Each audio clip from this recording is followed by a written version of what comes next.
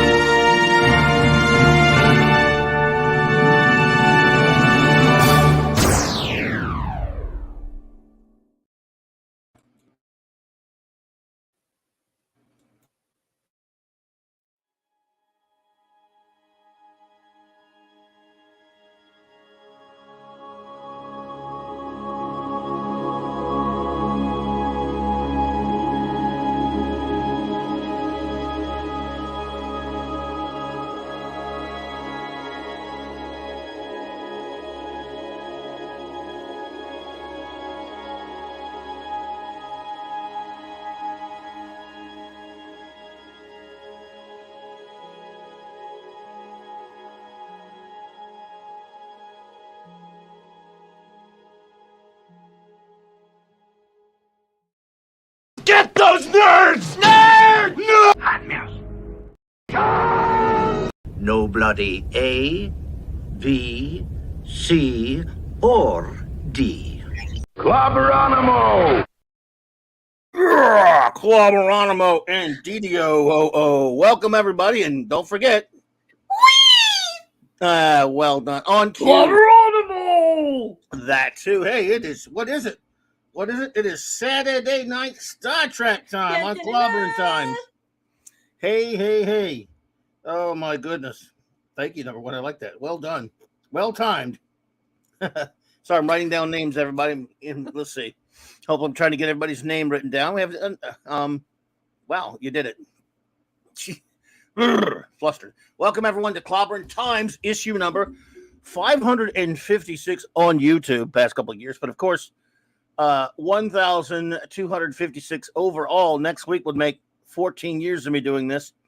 And it's Saturday Night Star Trek number 114. And we'll explain all what Saturday Night Star Trek is in a bit for those who are new. But right now, I just simply want to welcome all of you fine friends. It's great to see you. Just so happy to be here with these Saturday nights. We live for them. You all make them so much fun. And we got 4 more episodes of Deep Space Nine tonight to review and have a good time. And I'm just so happy to see you. And I'm really happy to see the most wonderful first officer in the fleet, Commander R.M. Briggs. Welcome. Good evening, Captain, my captain.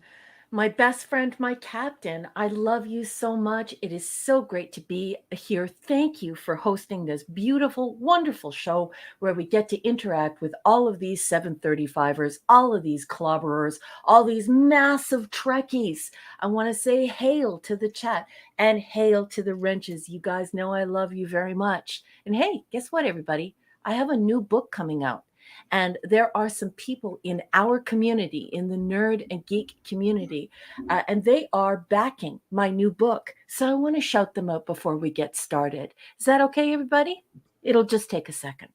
Larry, Tony Stark, Sean Carter, Cardinal Sin, also known as Gil Bavell, Shooter, Chris Persia, Scuba Pete, Leslie Pete, Eric K. and his marvelous golden dog Kirby, Enigmatic Drop Bear, Michael and Cassandra Beacom, Mark D with a C, Anti-Derivative Jill, and Maximum Limericks. Thank you so much for supporting indie authors, and thank you for supporting my science fiction. It's a very tiny genre with a very tiny audience, so your support has a huge impact. And with that, I'm going to turn it over to the boss. Boss, I'm so excited about tonight. 4 more episodes. 4 more. Always so much fun. Are you guys hearing an echo? Raymond said he heard an echo.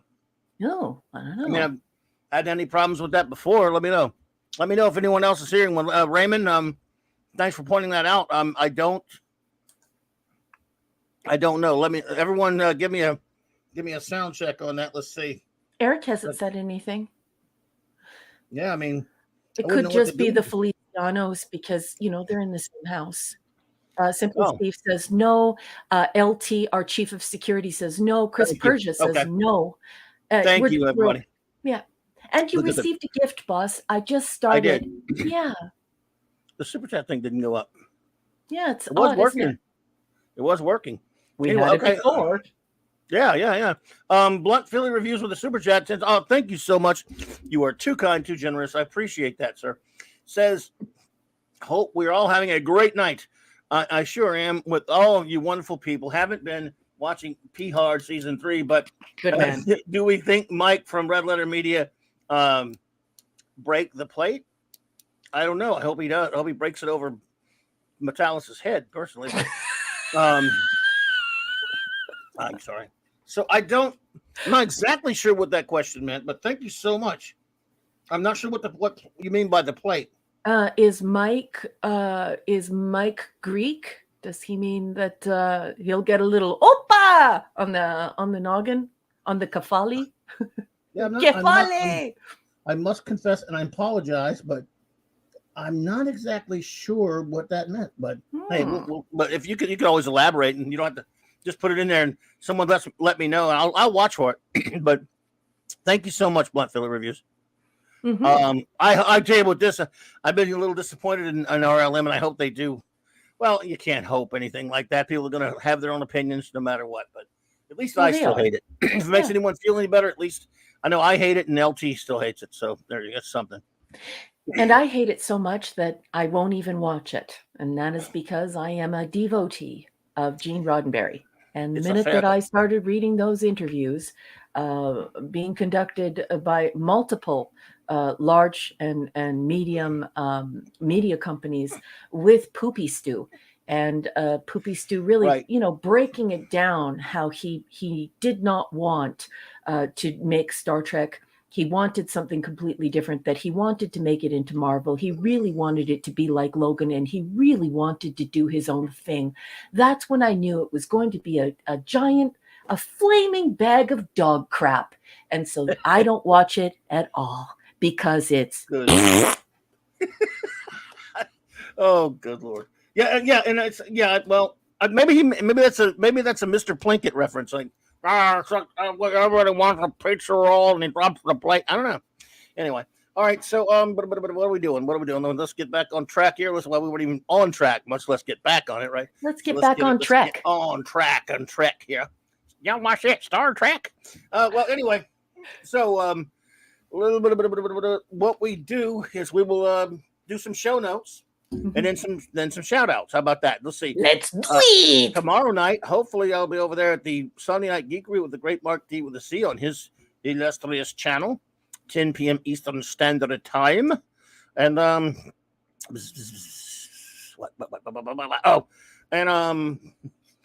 Monday night, Mark C Comic Stop here on CLOBBERIN. Well, actually, before that, I'm gonna be over there at our great buddy J Man's channel.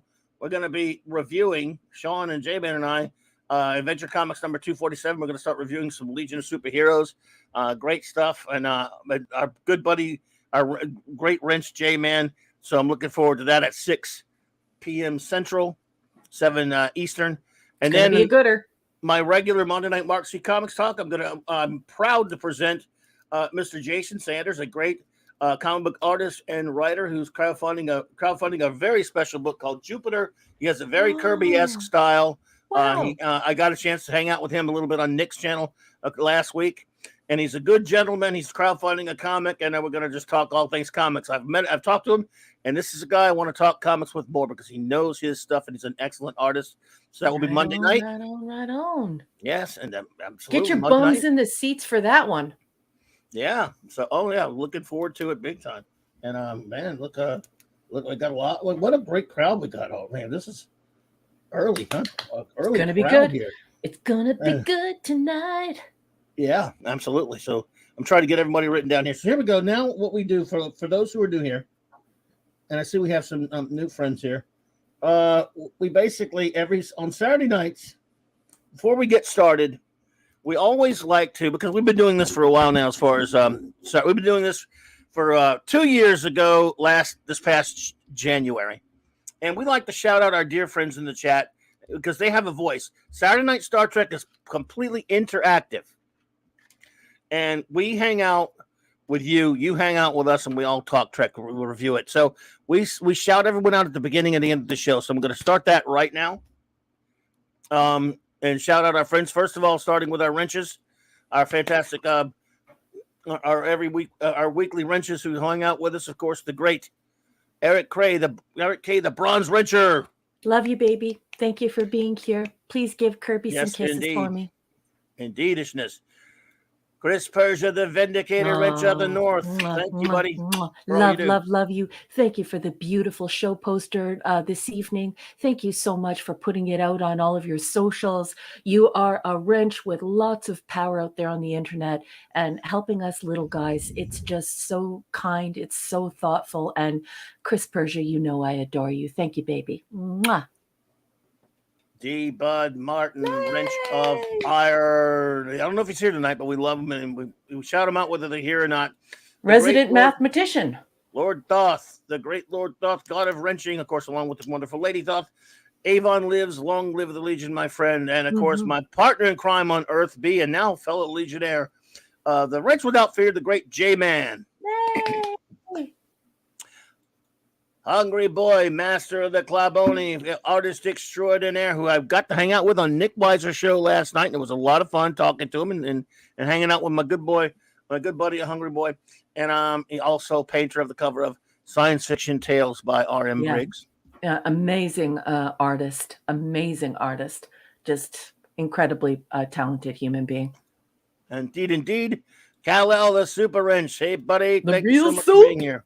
Real Soup and Maddie's daddy, wielder of Reach Mjolnir and Thor in Vegas. Yes, Thor in Vegas. And let's please not forget, kiss Maddie's whole face for us, please.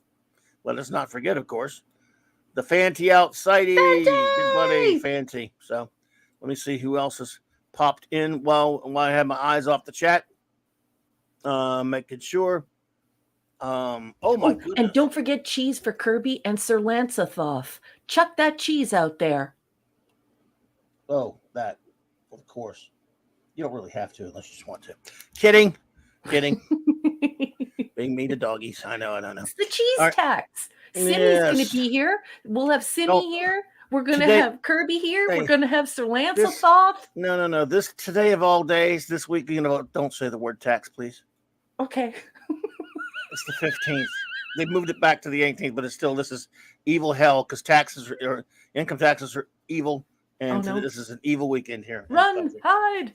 Okay, anyway. All right, so shout out time. Continue our shout outs and then we'll get started.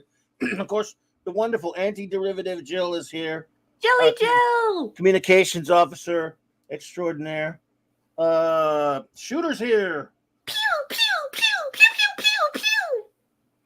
The great master of King Dolphin TV, Raymond Feliciano, and the lovely Sandra Feliciano. King Dolphin TV.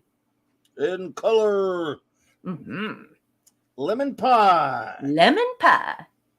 Mr. Angel, what's up, Chef? Evening, Chef. Good to see you, buddy. JT Kirk, what is up, my JT friend? Kirk! That too, yes. Starships of Greatness. I love that name. I don't know what that works. Starships. Like it. Let's see. Admiral Cheek, what's up, buddy? Hello, Admiral.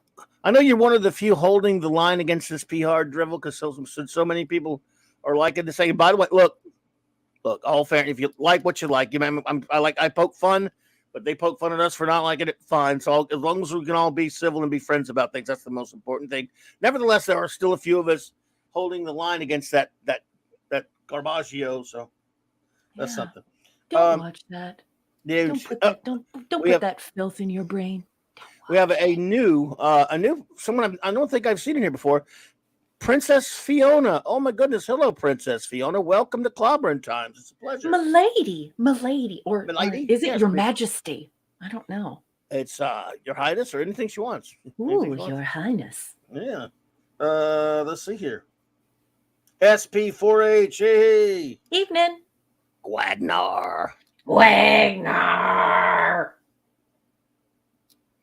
Indeed. Keep the good fight there, Admiral. John Rupus. Ready? Matt G. Oh my goodness. A Ptolemy's minion is here. And of course the pupper. The pepperoni. Simmy. That wasn't good enough. I know. Oh, it's HRH. Her Royal Highness. That works. That works. I am curtsying. Right now. HRH. Indeedishness. Blunt Philly Reviews. Dave Bob. I say Dave Bob. What is up, buddy? I said Dave Bob's here. Another one fighting the good fight against the evil machinations of the Klutzby Metalis regime there. So thank you, Dave Bob, for fighting that fight, bro. It's not easy because people try to suck you in and they're like, hey, maybe you should watch it. And I'm like, I'd rather give birth to hot Horta eggs. No. Simply Steve. Simply Steve. The lovely Lisa. Hi, Lisa. What were you making today? Hey, good looking. What you got cooking? That too. Enigmatic Drop Bear, buddy. All right. Great. We're going to have some incredible reviews. Enigmatic Drop Bear is responsible for some cherry reviews. I can't wait for them tonight. Dad Man and the Dad Man Clan. Hey there. What's up, buddy? Oops. Sorry, I hit a button. Dave G Sound. Hey, Dave. Dave G Sound. Not just another body of water. Let's see here. Captain Infinity and Beyond. Snail Messiah. Hey, Snail. Oh, evening, Snail Messiah. Mrs. Scuba Pete is here. I know, I saw that earlier. Hello, Mrs. Scuba Pete. I love you. And last, but hopefully, definitely not least, the great The Thing. Ding. Ever-loving, blue-eyed, clobbering Thing. And, with that, he's got to get a shout-out. It's clobbering time. Yes, indeed, yesness. Okay, so now on to beeswax, folks. Here we go. This is, of course, Saturday Night Star Trek. To explain what we do here, about 2 years ago, last January, beginning of January 2021, we embarked upon a quest, an ongoing mission, a fearful mission indeed, to review all of real Star Trek. And of course, to that end, it means 1966 to 2005. As my wonderful first officer has calculated, the 735 segments, the 735 Club. Anything after 2005 is not legitimate Star Trek, and it never will be to me here on this channel, or the number one here, obviously, because you can tell by our sounds. So we're going to review it all. We started at, of course, the original series. Then we reviewed the animated series, Mhm. the original crew films, That's right. Star Trek The Next Generation, Star Trek The Next Generation films, Yep. and now we are smack dab getting toward the middle of Star Trek Deep Space Nine Season 6. Mhm. And we do 4 episodes a night usually, unless we're toward the end of a season or something. And we have 4 tonight. And our basic frame of reference, at least for most, or recommendation for reference for information on the series, is a book called The Star Trek Deep Space Nine Companion. Mhm. And our wonderful first officer is now, I will now turn over the helm to her, and she will explain what we're about to do. Then we'll get started reviewing our episodes for the evening. Thank you very much. Take it away, number 1. Okay, boss. Yeah, the boss is right. He put up a beautiful image. It's a scanned image of the front cover of Star Trek Deep Space Nine Companion. It's written by Terry J. Erdman, and he gets some help from his wife, who is a prolific and extremely talented Star Trek author. Her name is Paula M. Block, and she uses original source material to craft all of her books. And that's very important. Why it's very important? Because Trekkies have been on the internet since the internet began. And unfortunately, that has created a terrible soup of factoids and rumors and weird stuff from memoirs and stuff being said at conventions. And it's created this thing where people don't know what's true and what isn't true. And there's a lot of misinformation out there. First of all, we have the filth polluting Memory Alpha. Memory Alpha is a write-off. It doesn't work anymore. It's junk. It's completely polluted with poop. And then we have IMDb, which is a cesspool as well. So, when you're looking at all of the trivia from these shows, you're not going to see us talking about stuff that's on Memory Alpha. You're not going to see us talking about the stuff that you may be reading on IMDb or these other user-generated sites. We don't use that around here. Here, we want to hear straight from the horse's mouth. And if we can't, we don't use it because we want to make sure what we're giving you is factual. And we do that. Unfortunately, Terry J. Erdman he's wow, like instead of his reviews being a page like Paula's were, and Paula's were juicy and really taut and wonderful, he goes on for like 15, 16, 17 pages. And so we can't use him on the podcast. So if you are looking to research Deep Space Nine, go ahead and buy this book. I highly recommend it. I have a degree in communications and writing, and I have vetted this text. This is an excellent text. But because he goes on and on and on, and that's not conducive to a podcast, we're going to read the summaries from Wikipedia. Now we know they're wrong. A lot of times they're not well wrought, horrible grammar, incorrect information, but they're just a launching off point. And when they're wrong, we correct them. And so we read that so that everyone can, remember what the episode is about. And then Claudia and I, both of us, have loved Star Trek for more than 45 years each. We talk about the episode, what we think about it. We give a rating. And then, like the boss said earlier, we do something that used to be very rare on YouTube, and we're really proud of it. We throw it to the chat. But we don't just, sort of interact with what you're saying. We actually ask for your review. We ask you to give it a grade. And then the boss and I put it up on top of the marquee. We put it up on the screen and we read it. And it's great fun. This is an entirely organic show, folks. Clubby and I do not discuss the episodes beforehand. We do not discuss our ratings, nor do we discuss the episodes in public. So it is super cool. It's literally like walking into a room of Trekkies and talking about episodes every week. Great, great fun. Saddle up, lock and load. Yes. Thank you so much, number 1. I guess now we can go scoot right ahead to our first episode of the evening. How about that? Yeah. Which is statistical probabilities. Mm-hmm. And statistical probabilities is season 6, episode 9. Now, this is an international show, and this is also a version of Star Trek that is infamous for having multi-parters. Sometimes, 5, 6, 7, 8 parters. So if those numbers aren't lining up for you, That's okay. I just want you to remember that it is statistical probabilities and that we're working with production code 533. And we all watched this episode for the very first time on November 24th, 1997. Now, let's stay copyright compliant, shall we? I am going to be reading from Wikipedia. This is user-generated stuff. I do not pre-read it, and the writing's not the best, so it's a little rough, but it's worth it, folks, because it's great. The formula for this show is great, so let's just do it. Dr. Bashir has volunteered to help treat 4 genetically augmented individuals who, due to unintended neurological side effects of their augmentation, are unable to function in society. Hyperactive, paranoid Jack, a hypersexual Lauren, childlike Patrick, and silent Serena. Bashir realizes that their primary problem is boredom. As Jack points out, they are forbidden from pursuing any profession where they could put their enhanced brain power to work.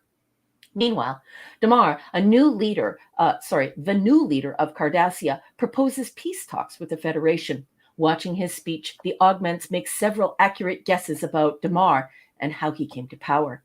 Bashir convinces Captain Sisko to allow the augments to review the peace negotiations to see if they can determine the Dominion's agenda.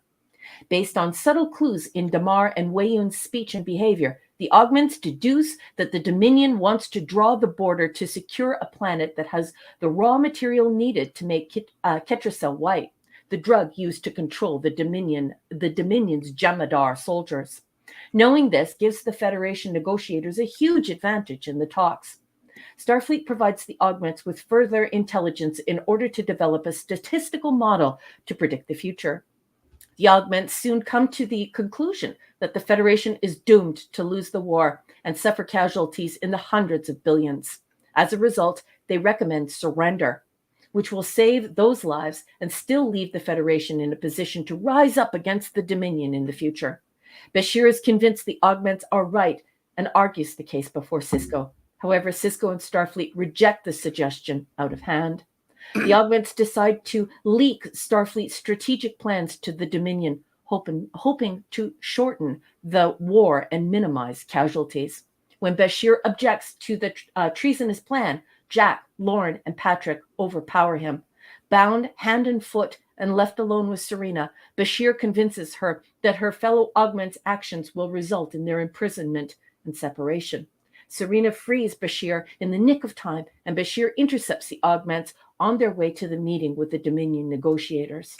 Bashir realizes that the augments believed they couldn't possibly be wrong because of their superior intellect.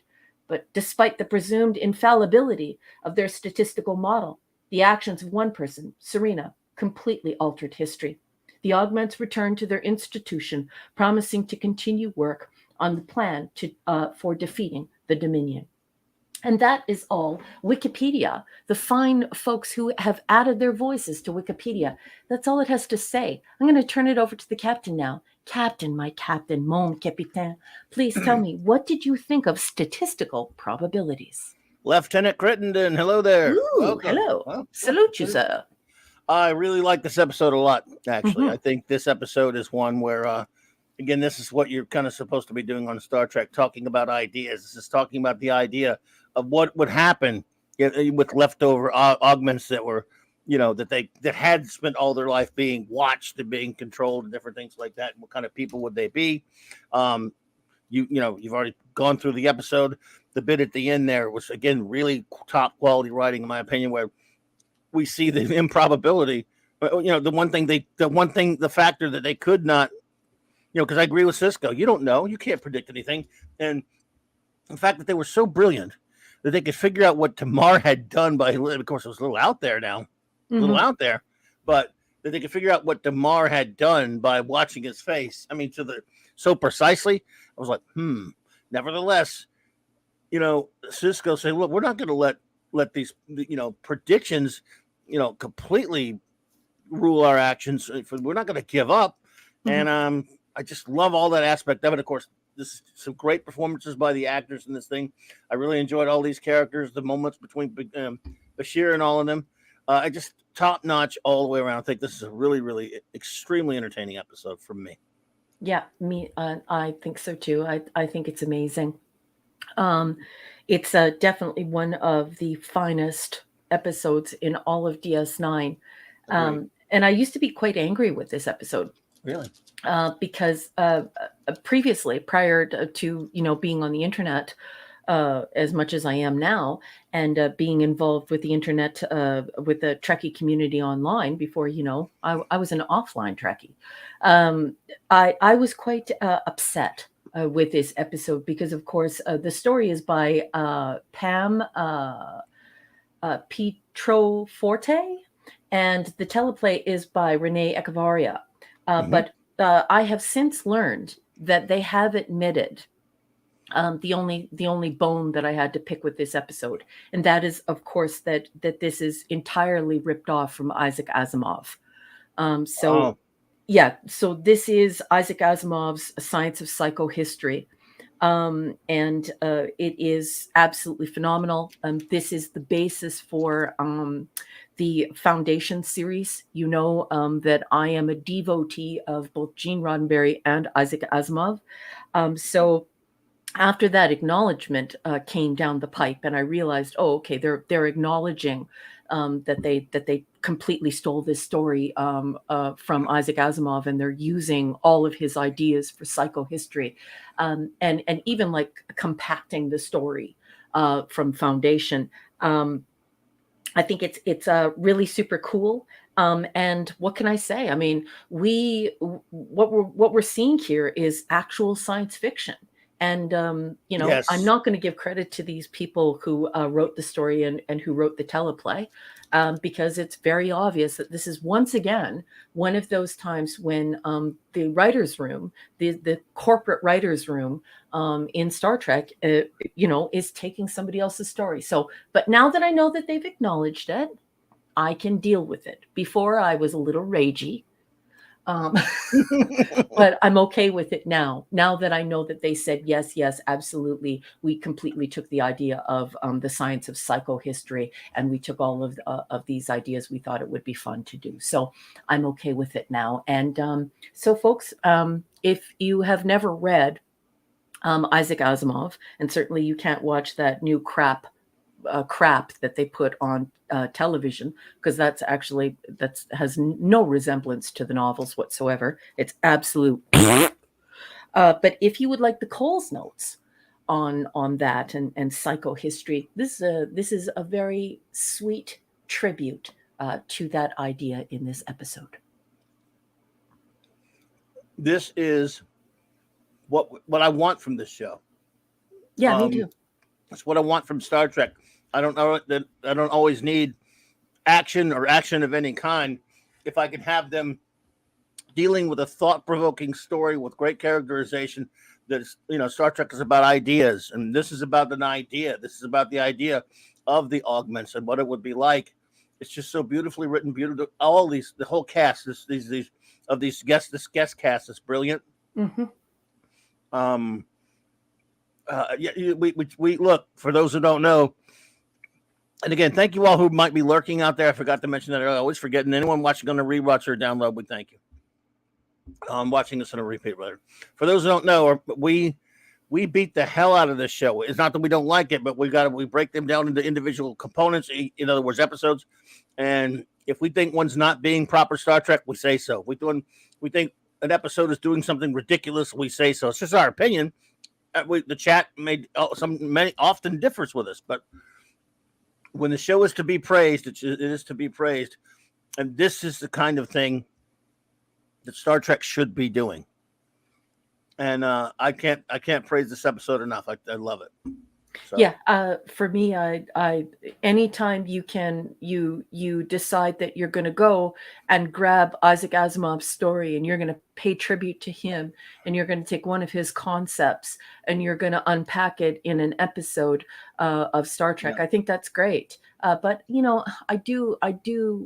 I really do wish that they would have said something in the credits about it, though, because it is such an obvious ripoff of psychohistory. And that is an incredible series to me. I have the originals. I have copies of the originals of the Foundation series. And it's such a gorgeous thing that if you're going to go ahead and do that, if you're going to pay homage to Isaac Asimov, then please name him. I would have liked to have seen him, be a part of the credits, and I adore him. Look, it's a day ending, and why to talk about how this show rips off Asimov. They rip everything off without crediting it. So it's just another. They often do that. It's nice when they acknowledge it, but there's so many things they don't even. They acknowledge it posthumously. They'll say, "Oh yeah, well we were sort of doing this here or that here with this episode." They'll say, "Yeah, what we were going for with that episode was," and then they'll talk about what they were basically stealing. Thank you, Eric K, for the $2 super chat. It says Clobby is an augment. Boy, did they screw that up then. More like a dogment, because that's a total mess. That's not true. I love you. True. And Shooter is talking about how if you read the companion, it shows that the people who are working on this series are not science fiction writers. And he says, it's cringeworthy at times. That's why I recommend that book. I mean, there's nothing quite like Paula M. Block when she writes about Star Trek. It is so naked. Everything that happened, she's not telling the story through someone's memoir. She's not telling this story through some anecdote that somebody dropped at or a story they told, some big long story they told at a convention. She really goes and she gets it straight from the horse's mouth. This is original source material from actual interviews with people involved with production, with writing, with directing, the people who are starring in it. And once you hear what they have to say, it's a real eye-opener, and it gives you a better perspective for understanding what goes on behind the scenes in Star Trek and the culture of the people involved with making it. So it's magnificent. If you can afford it, if you can get your hot little hands on that book, go get it. Let's remember notes. I have no notes for this one because of the fact that, of course, this is Isaac Asimov's Science of Psychohistory. Okay. I liked this episode. I found it most enjoyable. There have been times when I have had problems with Tim Ransom's portrayal of Jack. But, he's got that Rain Man thing down, and so other times I watch it and I think it's great. And if you're scratching your head out in the audience right now and you're wondering what I'm talking about, I have been rewatching Star Trek starting on January 1st, the whole 735 since it's been possible throughout my life. So I do it every year. And so I'm in and out of love with Tim Ransom's portrayal of Jack. But this year, I'm back in love with it. Next year, I might be out of love with it again. And then, of course, I would rip it a new one. But hail, hail, the science fiction is here. Hail, hail, the science is here. And it's Isaac Asimov. Does it get any better than this? Does it get any better than this? So your rating is? I'm going to go ahead and give this an A.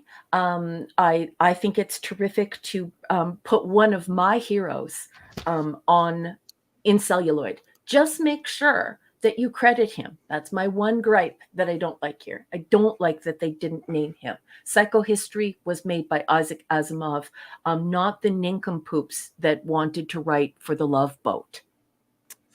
I love it. I also give it an A. And now, as is traditional, I will ask our extraordinary chat for any rating you may have for the episode, statistical probabilities, and any words you may have, any review you may have. Go.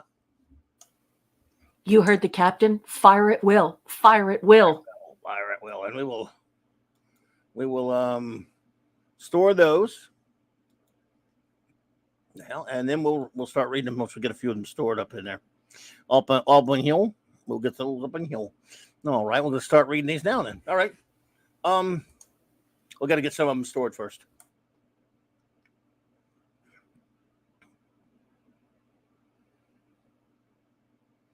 A great friend, enigmatic drop bear on the other side of it. Wow. He gives it an F. We gave out some F's last week, didn't we? But man, he's given this one an F. We rarely do. We're rarely this far apart. It says, Go ED! Wow, yeah. Exploring psychohistory is entirely appropriate, even inspired, in the Dominion War context. But the way this story was characterized utterly failed in the Star Trek context. Wow. Let's see. Hang on a second. The story posited that everyone can make a contribution, but concluded groups like the genetically modified autists do not add value or are dangerous and should continue to be institutionalized. That is a good point. Let's see. Hang on. All right. It's disgraceful and reminded me of the awful TNG episode Samaritan Snare and its derelict depiction of a group with particular mental condition. Interesting. Yeah, that is problematic. It is problematic from that lens. I agree, ED. But I think they were well treated and they weren't locked up. They were just kind of, I don't know. They were institutionalized, though. For me, argue with you know how I deal with that, ED, is whenever I think of it, I don't think of it as them being handicapped or challenged. I really see it as, wow, is this ever eye-opening for Khan? Like when we look at the eugenics wars, and we realize what forced the Federation and Starfleet to enforce this, no more genetic modification of children. It really gives you a look into Khan's life and Khan's psyche. What's happening? The boiling pot behind Khan. Imagine what it would be like to control, all of these emotions and all of this rage and all of this brilliance. And so sometimes I'm more forgiving of it than others, but I love your comments. Hey, ED, never anything to be sorry about. I'll just disagree with you on this point. I don't think this is a question of Samaritan Snare, really, or Dagger of the Mind or anything like that, or Whom Gods Destroy. I think this is a question of the legitimate concern about how dangerous these people are. Or can be, considering that we're still at this point dealing with, yes, humans have evolved, but still superior. The old thing from Space Age, superior ability still breeds superior ambition. I mean, look what happens in this episode. I know that's sort of self-fulfilling prophecy, maybe, but in this episode, look at these guys. These people got arrogant and decided they knew best, and they were going to go make a decision for the entire Federation. So. I don't know. I think I can't go along with you on that one, but we rarely disagree. But don't ever say you're sorry for disagreeing. You don't have to be sorry. You have made very salient points. They're important to discuss. I'm very happy that you raised them. It is a tricky thing. What do you do with someone like Khan? And it's very clear that Khan is unglued. He's snapped his crayons. He's cuckoo for Cocoa Puffs. And when do you intervene and prevent that person from hurting himself or others? It's quite a difficult tangle, isn't it? And boss man, before we keep going, Her Royal Highness has put in the chat that she is so unprepared. Would you please address Her Royal Highness and let her know that it is okay, and that she can come here as prepared or as not prepared as she wants? First of all, Brian Hepburn, good to see you there, buddy. And Your Royal Highness, we're just happy to have you here. That's right. You have nothing to prepare for. I mean, you can if you feel like it, but it doesn't matter. You can do it off the cuff from memory, or you can watch the episodes next week and write something about them. We're just glad you're here. So, and you're more than welcome to write anything that you want to write about the episode, or just hang with us. Either way is good with us. We're just so great to make a new friend. That's all that matters. That's right. There's no homework necessary, no preparing necessary. That's right. That's right. I totally boss. And ED, you know better, man. Whether we agree or not, it never matters, brother. We're just glad to have you here. Let's see here. Stephen. Now, this is a guy usually giving out the A's, and look, he's not either. So, hey, this is a controversial episode, apparently. There's a C. That's a low one for the Steve there. Raquel. He says C. While the initial premise for the episode is intriguing, the developments that follow detract from it otherwise. It's interesting to see the extreme examples of genetic engineering gone wrong, but it's extremely unlikely, no matter how accurate the 4 individuals were with their initial impressions, that Starfleet would enlist them to help with negotiations with the. Find your next one, bud. Number 2. Oh, your third one here. Hang on a second. There we go. Dominion. One would think that there are more stable, trained negotiators within the Federation who could handle the task just fine. Furthermore, it's far more credible that Starfleet intelligence would be privy to knowledge such as the value of the Cabral system. But if not, then the aforementioned negotiators could simply stall until the Dominion's true motivations. Hang on. Got to find your next one there, buddy. Were uncovered. Let's see. It's also While you're doing that, I just want to very quickly say how proud I am of every clobberer and every 735er in the chat right now. What a warm, welcoming, friendly, incredible community you are. Clobby and I are so proud to call you our friends. Absolutely. And to have you here tonight. Go community. I love you guys so much. You're the best. You're the best. Love you all. You're fantastic. We're uncovered. It's also interesting that Starfleet was very eager to hear what of these 4 had to say until they made a recommendation that they didn't like, given the backgrounds of the 4. Well, they're not calling the shots. They were there just for recommendations. So, individuals, what exactly did Starfleet expect? Well, they were pretty smart. They were just, who knows? Had the episode just focused on the 4 without Starfleet consulting them regarding the Dominion, it would have been a far better episode. Well, there you go, Stephen. Man, I like that we can still be shocked and surprised sometimes, because we can. Lord Thoth, the great LD. Yes, Chiefs of Security says B. It was a good episode, and I appreciate strategic operations and psychohistory as an armchair strategist. It was fun with some great acting. Top 3 of the season. Wow, there you go. Excellent, sir. Yay. Right there with you, buddy. Would bring up psychohistory. Excellent. Eric K says B. I liked it. The introduction to other enhanced people was interesting. One thing I did not like is they tried to betray the Federation Empire.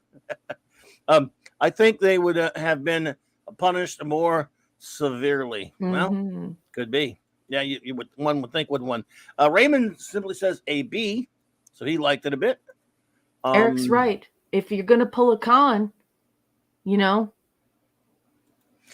Dadman says no ratings tonight. Watch the wrong episodes. How dare you, Dadman? That's I had to put that up. Dadman, I'm sorry. I'm sorry, but I have to do this. Your agonizer, please. Don't worry about it, Dadman, brother. We're good, buddy. You're good. We love you, Dadman. We're just glad to see you, man. So, let's see up in here. Shooter says A-. The dangers of genetic engineering are shown not to be limited to superhumans conquering the universe as we see here, but the flaws that can come about physically and mentally. Yeah. The idea of finding something for the mutants to focus and work on is a great idea, which is used for many social awkward people. Used for some people, and is nice to see used in this episode. Hang on, shoot! I gotta find your next one, buddy. Well, he raises some very, very good points here in his review. That's for sure. Yes, indeed. The use of statistical analysis is where this episode shines. While using exacting statistics can be helpful, but they are not an absolute. Even Bashir demonstrates the dangers. Hang on. As he becomes obsessed with his analysis and expects Starfleet to follow his lead, while he is quickly realigned realigned, it still showed how easy it is to think of oneself as superior. Yep. Why are we negotiating at the moment? Isn't open warfare still going on? So why are borders being discussed? It has some good things here, enjoyable and engaging. Overall, not bad. I absolutely love that Shooter brings this up, because this is what helps you in the beginning not to feel too much compassion for their situation, because you realize that they find themselves in this predicament due to hubris. There's a great deal of narcissism here, as you know, that they augmented themselves. They wanted to be better than other people. But then what's really cool is later on, Bashir, he lets us know adults aren't doing this. Adults aren't going in there and having their DNA resequenced. This is being done to children. And so I definitely agree with Shooter. That makes it it's such a juicy episode because of that. Really, really gives you something to sink your teeth into and to consider. Indeed. Lisa says, loved it. A very little known real life subject. It shines a light on the idiocy of the high IQ misfits and difficulty in conforming. Enjoyed the diversity of the augments and their handicaps. Wow. Well done. Well said. Well Lisa. said. Well said. Well said. Mr. Angel says, finally some sci-fi. Thank you, gods. The hubris of statistics. Mm-hmm. Uncle Asimov would be proud. Mm-hmm. And he may have been. I think he was still alive at that point. I'm not so sure. Yeah, he was. Yeah. It explores his idea in a good twist, how statistics can be a self-fulfilling prophecy. Mm-hmm. Yeah. Well said. Simply Steve says. Some really good reviews. Wow. Simply Steve says A-. I think thieves steal from Asimov, but apologize for it. Okay, no harm. The only statistical improbability I found was the augments easily take down Bashir. Mm-hmm. What's next? The Dominion surrenders? I think not. Bossman, you received a gift from the great Bronze Wrencher, Eric K. and Kirby Curbs. Hey, thank you. Thank you, buddy. Appreciate that. He says, thank you. Eric K. says, I'm 1 week. In 1 week, Clobbies has fewer M&Ms than Kira in a week. Well, I don't know if I believe that statistical probability. That might be an improbability of its own, an infinite improbability drive. J.T. Kirk says, the actors and actresses playing the augments really hit it out of the park. I love Patrick. Yeah, me too. He was great. This episode speaks to a message that our current society is increasingly blind to. So true. Blind to. In the age of scientism, is that what that scientism and the science, TM. For better or worse, we are increasingly reliant on the advice of experts, even when that advice goes far outside of the germane realm. Mm-hmm. This episode teaches that no matter how brilliant someone is, extrapolation is an exercise fraught with error. Yes. No one knows the future. Mm-hmm. Very deep philosophical topic. I love it. And also, Eric K. wanted you to know that it should have said, Clobby has fewer M&Ms than Kira has men in a week. Oh, well, that and makes sense. We can blame Baby Kirby for this, because Baby Kirby obviously is going crazy with his toy while Eric's trying to type. It's a fair call. Thank you, buddy. Dave G. Sound says, I'm Patrick. This was one of my favorite episodes of DS9. It's an A. The actors in the group not only stole the show, they maxed its credit cards. Brilliant. I agree. Maxed its credit cards? God, I love that human. It had great ideas in philosophy. This is what I want out of Trek. Anti-derivative Jill says, our good buddy Jill says, B+. Dr. Lowe has a laughable goal of finding purpose for a hospitalized group victimized by lousy doctors who augmented and thus harmed them. Julian was lucky to not face this struggle. Yeah. Let's see here. Jack's creepy and frightening megalomaniac, I guess, brilliance almost convinces an officer to give up his hands to the enemy. It's the power of it.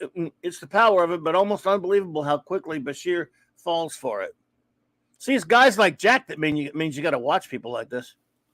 He's the con. He's the con in waiting. Con. You want to He's know? a dangerous little sucker. Yeah, imagine if Jack had Khan's brawn. We would have another Khan. Of course, they're so smart. One wonders how they were kept in captivity. So that's something they didn't address. But I'm just saying, you can think about it.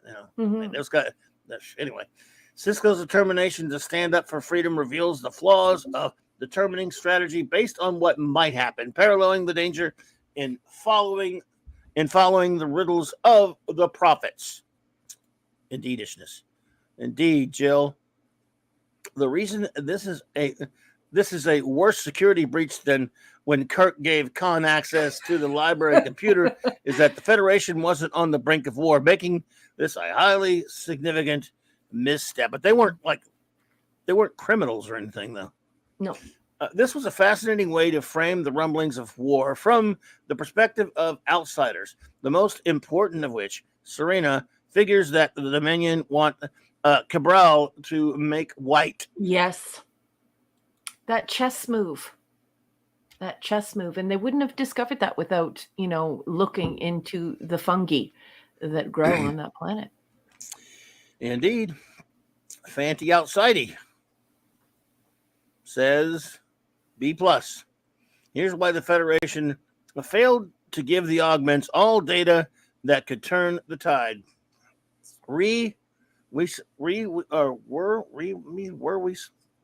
Something. Maybe were we supposed to believe Starfleet never sent anyone to gather Scalosian water? To go fast, I get it. And wink of an eye, good one. That's a game changer. Mention the Scalosians and you think you can get away with it, do you? That's you. No one debriefed the Andromeda aliens and their cubing weapon. Grosjean now is going. Now he's on by any other name. Don't be sneaky around here. Now by any other name. I love it. I love that episode. Mm-hmm. You behave yourself, or I'm going to turn you into a dodecahedron. You hear me? He can play. He can play reference to Trek episode all he likes. Yeah, we love it. No catalog of the inventions or of the inventions of Flint. Man, that's two episodes in one post. They never factor in the possibility of weapons designed to neutralize, not kill changelings. Dr. Severn. Now's another. That's 4 episodes so far in this week. Way of the Eden sounds. Dr. Severn's sound experiment. A sonic beam might destabilize a changeling or in some way disrupt them. Hey, brother. Keely Chow just walked through the door, boss man. Roll Tide. Keely Chow. Good to see you. Stepping out to Eden, yay, brother. The betrayal was a self-fulfilling prophecy because augment equals bad, which, dude, you keep doing this. It's like he said, first one said 1 of 4. He's got 5. He changes his mind. He can't count. He's just Phantom. You can't count. Augment bad, which was very lazy. The better plot would have been them deciding that if they were allowed to focus on their specialities, they might. No, we just should have sent him to SETI Alpha 5. Yes, we should have. A solution by invention or innovation create a game-changing paradigm. Okay, man, I think you cited anywhere from 4 to 5 episodes in there. Nice job. He did. Very well done, but I'm still going to have to ask you for your agonizer, please. Thank you, Fanty. Appreciate you. Of course, the caboose, the last review of this episode, our great chief engineer, Mark D with a C, says A+. We promise the world order. Mm-hmm. We love the ideas explored in this episode, along with the acting. The actor portraying Jack did a fantastic job. He did. I agree. In some ways, he reminded me of Dwight Schultz's portrayal of Murdoch from the A Team. The story arc was interesting, showing what could happen when you let the genie out of the bottle. Yeah. At first, Starfleet was enthralled with the predictions, and just like Moneyball and statistics has almost ruined baseball, the mutants eventually almost caused the downfall of the Federation. In the end, the Misfits really just need some attention and proper direction for their talents. Yeah, they are dangerous as hell. I mean, I'm surprised they never got away. Okay, well, True. I think we may be done with that episode. What do you think? I think it's done and dusted. All right. Well, all right, everybody. Now to move on to our next episode of the evening. That'll be the Magnificent Ferengi. Yes, the Magnificent Ferengi, Season 6, Episode 10. I'm hearing that music from the Magnificent Seven. Boom, boom, boom, boom, boom, boom, boom, boom, boom, boom, wah, wah, wah, wah, wah, wah, boom, boom, boom, boom. They even have they have a lot of jokes and references in this episode to the Magnificent Seven. But anyway, all right. So here we go, folks. It's prod code 534. And we all watched this for the very first time on December 29th, 1997. And now I'm going to be reading extemporaneously. That's right. I haven't read it before. It's a cold read. It's cold. From Wikipedia about this episode. Let's dig in. Quark learns that his mother, Ishka, has been captured by the Dominion. The Ferengi leader, Grand Negus Zek, little Zeki, offers a reward of 50 bars of gold-pressed latinum for her rescue. Quark and his brother Rom decide to assemble an all-Ferengi commando team to rescue her, claiming that the reward is 20 bars, so they can keep a larger share. They first recruit Rom's son Nog, make him the strategic operations officer for the mission. Next, they hire Lek, a Ferengi eliminator, tempting him with the challenge of fighting the Dominion's Jemadar soldiers. Quark bails out his cousin Gala, who has been arrested for vagrancy, and signs him up as a chance for redemption. Disgraced ex-liquidator Brunt, God, I love Jeffrey Combs. Brunt, hoping to win Zeki's favor, persuades them to add him to the team for the use of his ship. The battle training simulations, the Ferengi proved to be poor commandos. Big surprise. One simulation ends with Lek killing Ishka. Such a good scene. Quark and Rom realize that although Ferengi may not be good commandos, they are excellent negotiators. Instead of attacking the Dominion, they propose a prisoner exchange to win Ishka's freedom. Deep Space Nine senior officers give Quark custody of Kevon, one of the Dominion's Vorta commanders captured in the battle in the episode Rocks and Shoals, and Quark arranges a meeting with the Dominion at the abandoned Cardassian space station Empok Nor. The team makes base camp in Empok Nor's infirmary. The Dominion negotiator, Avorta, a Vorta named Velgren arrives with Ishka in custody, guarded by a squad of Jemadar. Quark offers his terms, to which Yelgren agrees. All but 2 Jemadar must leave the station before the prisoner exchange takes place. While celebrating their soon-to-be successful exchange, Rom accidentally lets slip that the reward is actually 50 bars and not 20. In a rage, Gala tries to shoot Quark, but ends up killing Kevon. Quark persuades the team not to give up, offering equal shares of the 50 bars. Nog discovers some working neurostimulators in the abandoned infirmary, which enables him to move Kevon's body by remote control. At a prisoner exchange, they are able to get Kevon's dead body to walk. Yelgren does not realize he is dead until Ishka is safely with Quark, when Kevon walks into a bulkhead. Wow, whoever wrote this needs shin kicks. The Ferengi ambush the 2 Jemadar guards and capture Yelgren as they leave Empok Nor. Kevon's body continues walking into the bulkhead. And that is all Wikipedia has to say about the Magnificent Ferengi. And now I turn it over to my captain. Captain, my captain, mon capitaine, please tell me, what did you think of the Magnificent Ferengi? Well,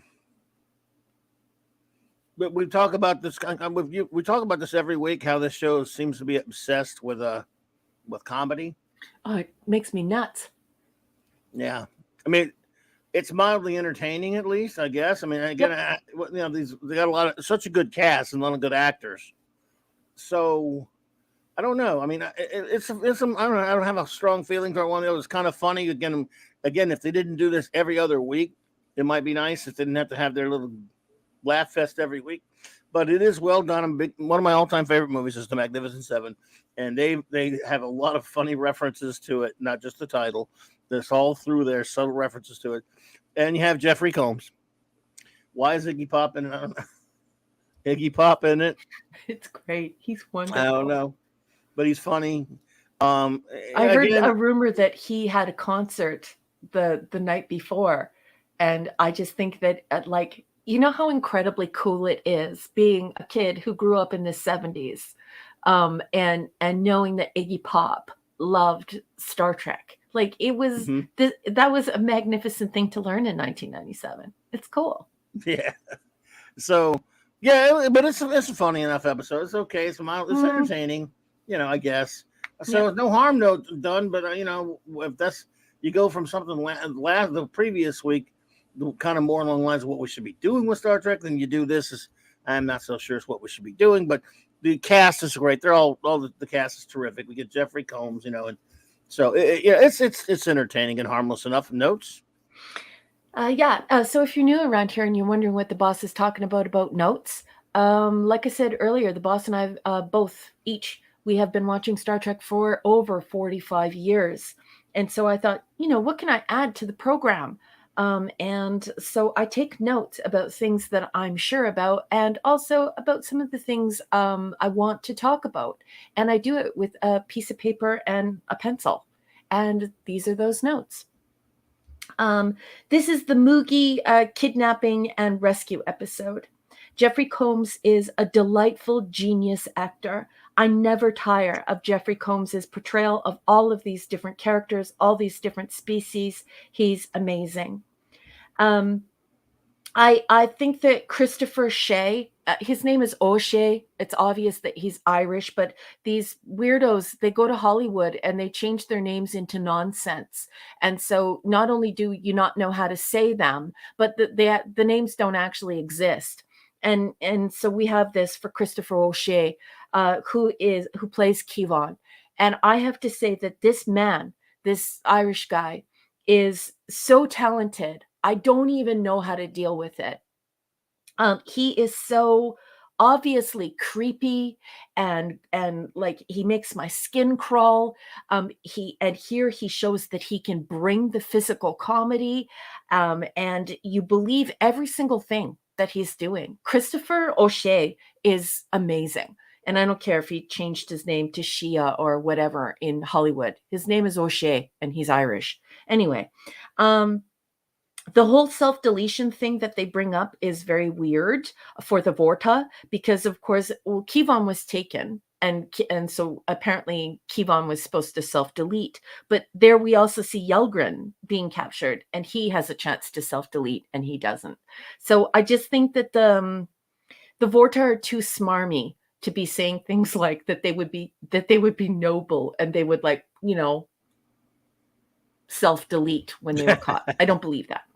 And then, of course, I wrote, this is a cavalcade of cowards facing off against genetically enhanced tyrannical toddlers.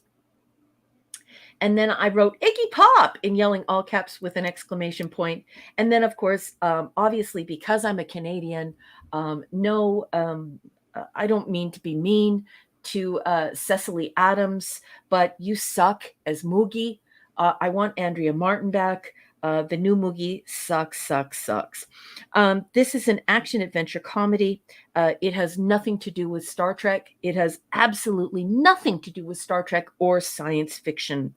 I guess it's well done enough.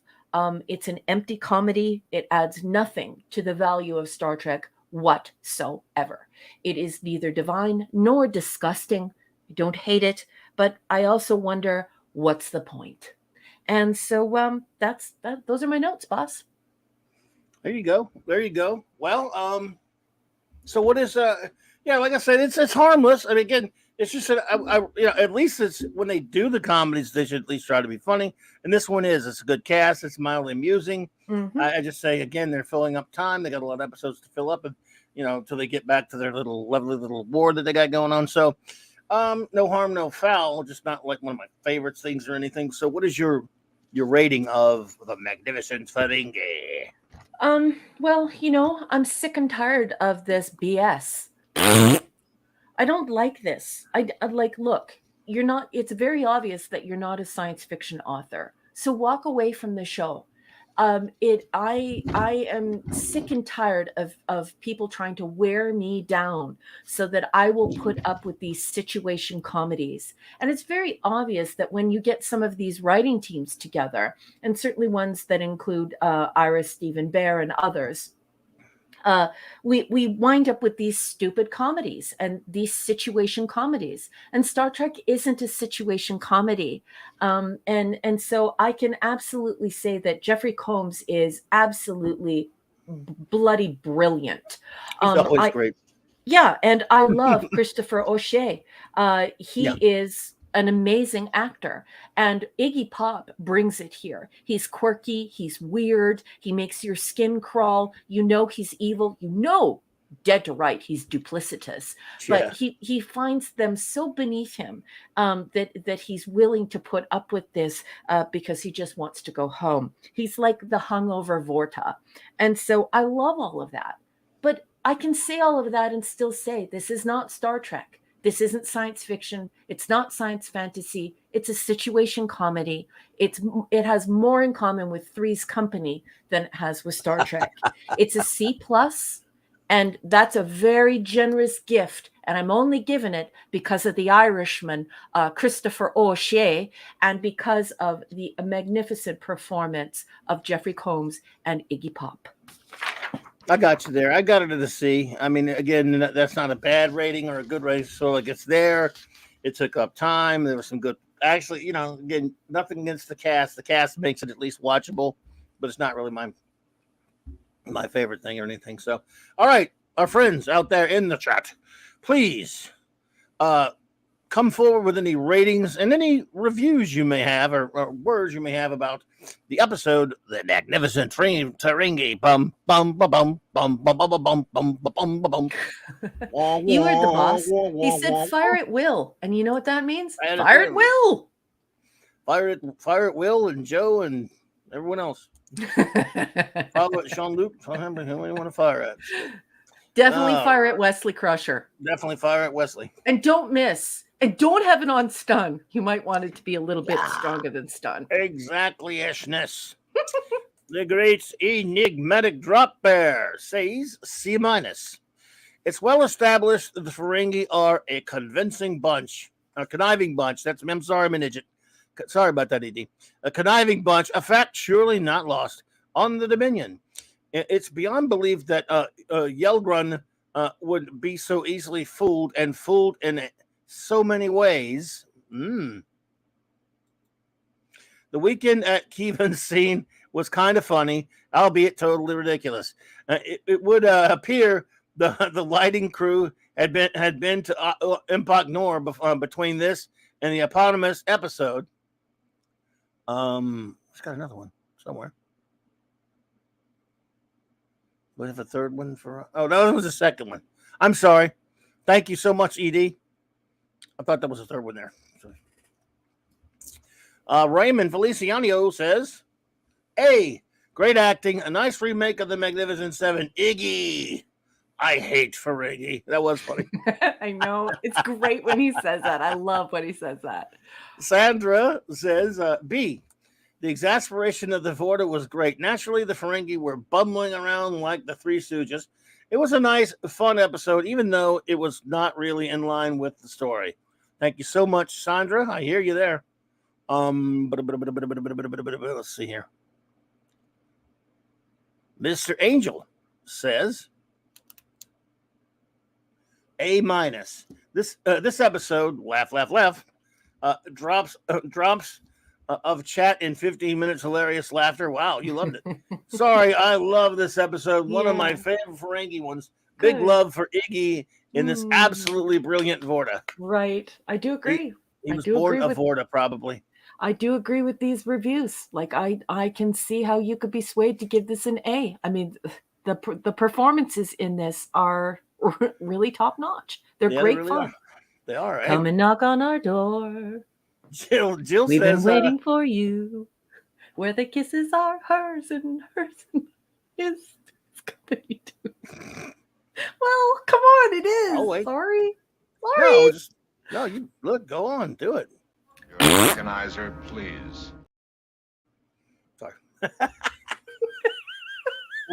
Jill says B-. The Ferengi succeeding against the Dominion is so absurd, unlikely, and makes very little sense. But nonetheless, it is a highly enjoyable adventure. Let's see. It's not an official mission. It was fun to see Nog command his first away team. Iggy is the perfect Vorta.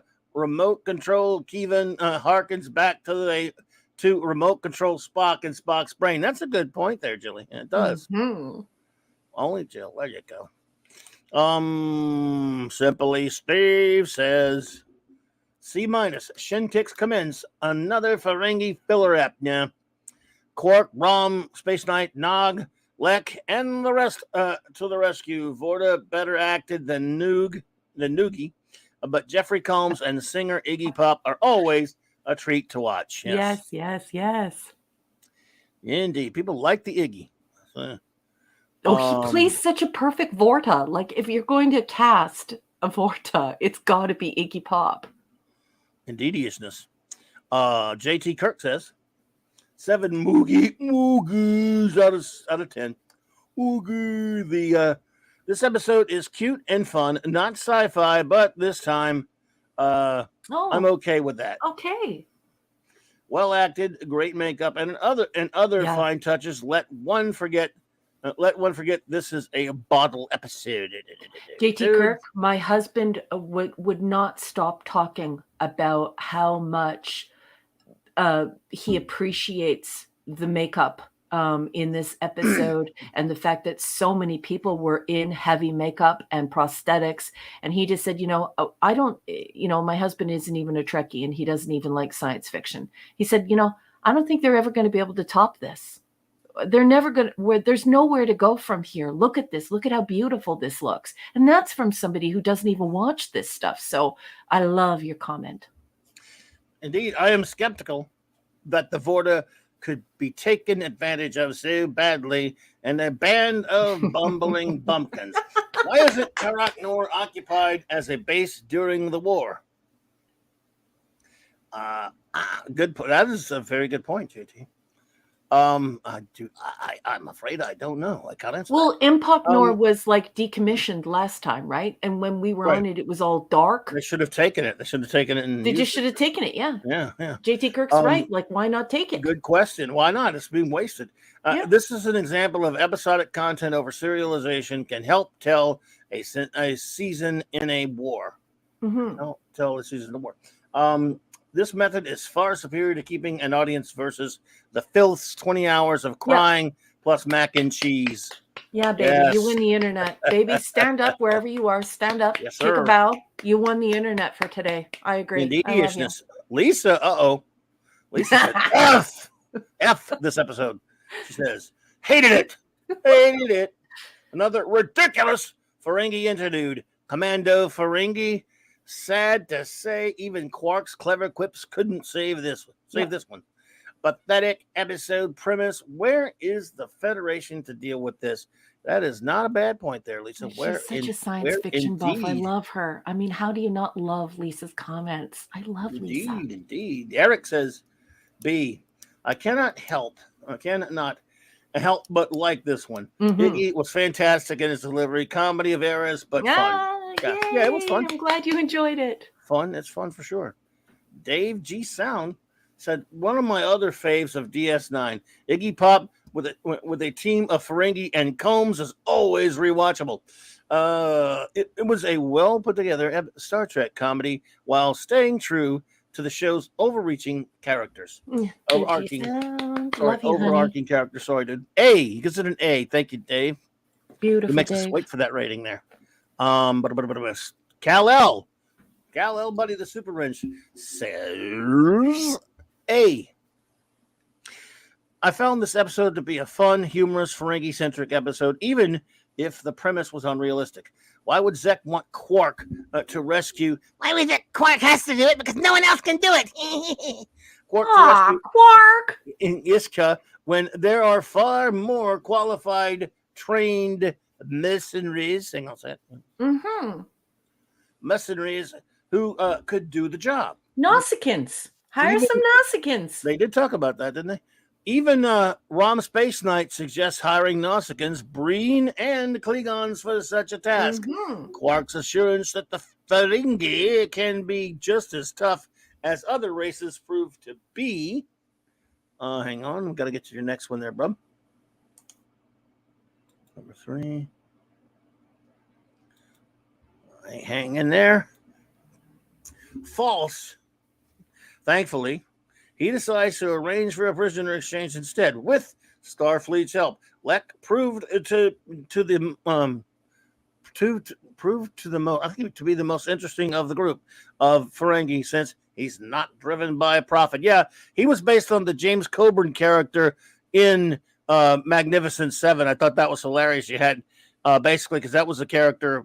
It was a big thing, and I love that movie. It's one of my all-time favorite films. Where James Coburn was the character that didn't care about the money. He likes to challenge himself and stuff like that. Mhm. I love that. That was pretty funny. They can tell they were fans of the movie. Mhm. Because he wasn't Ferengi not, and it's also funny that it's a Ferengi not driven by profit. So it was good. I like that you're explaining that because that is not a cultural reference I'm familiar with. So I appreciate that. Thank you, boss. I love that movie. Love that movie. I watched it I've seen it so many times, including a couple weeks ago. The others act like typical Ferengi. Oh, they also did another thing in the episode that was a tale to the movie. Every time they would add someone to the group, he would he counted on his hand. Nog would they would do the signal. How many? This is number 3. This is number 4. Whatever. That was a nod to the movie as well. Oh, nice. Sorry. No one cares about the movie with me, but I love it. The others. Well, I don't know about that. I think that if a lot of people really liked this episode, they might, and they're not familiar with that film, they would watch it now due to your recommendation. You're a pretty good tastemaker, you have good taste, boss. So it's called The Magnificent Seven. Don't watch the remake. Watch the 1960 classic with Steve McQueen and Yul Brenner and Charles Bronson and James Coburn and Eli Wallach. There you go. And Looks like I'm going to have to dive into that one. That's one of the greatest ever. It's actually at the time, a couple of years previous, there was a classic Japanese film by Akira Kurosawa called The Seven Samurai. And then Hollywood, obviously, since over here, we don't have that. We have cowboys at the time. Westerns were big. They actually paid them to let them adapt that into a Western script. And it's one of the greatest movies ever made, in my opinion, The Magnificent Seven from 1960. Don't watch the silly remake. Don't watch the remake, everyone. Don't watch the remake. They have good actors in the remake from a few years ago, but they ain't no Steve McQueen's and Charles Bronson's. I got you. James Coburn's. The others act like typical Ferengi, except Nog, with their motivations on display for all to see. I really enjoyed Iggy Pop as Yelgrun. Yes.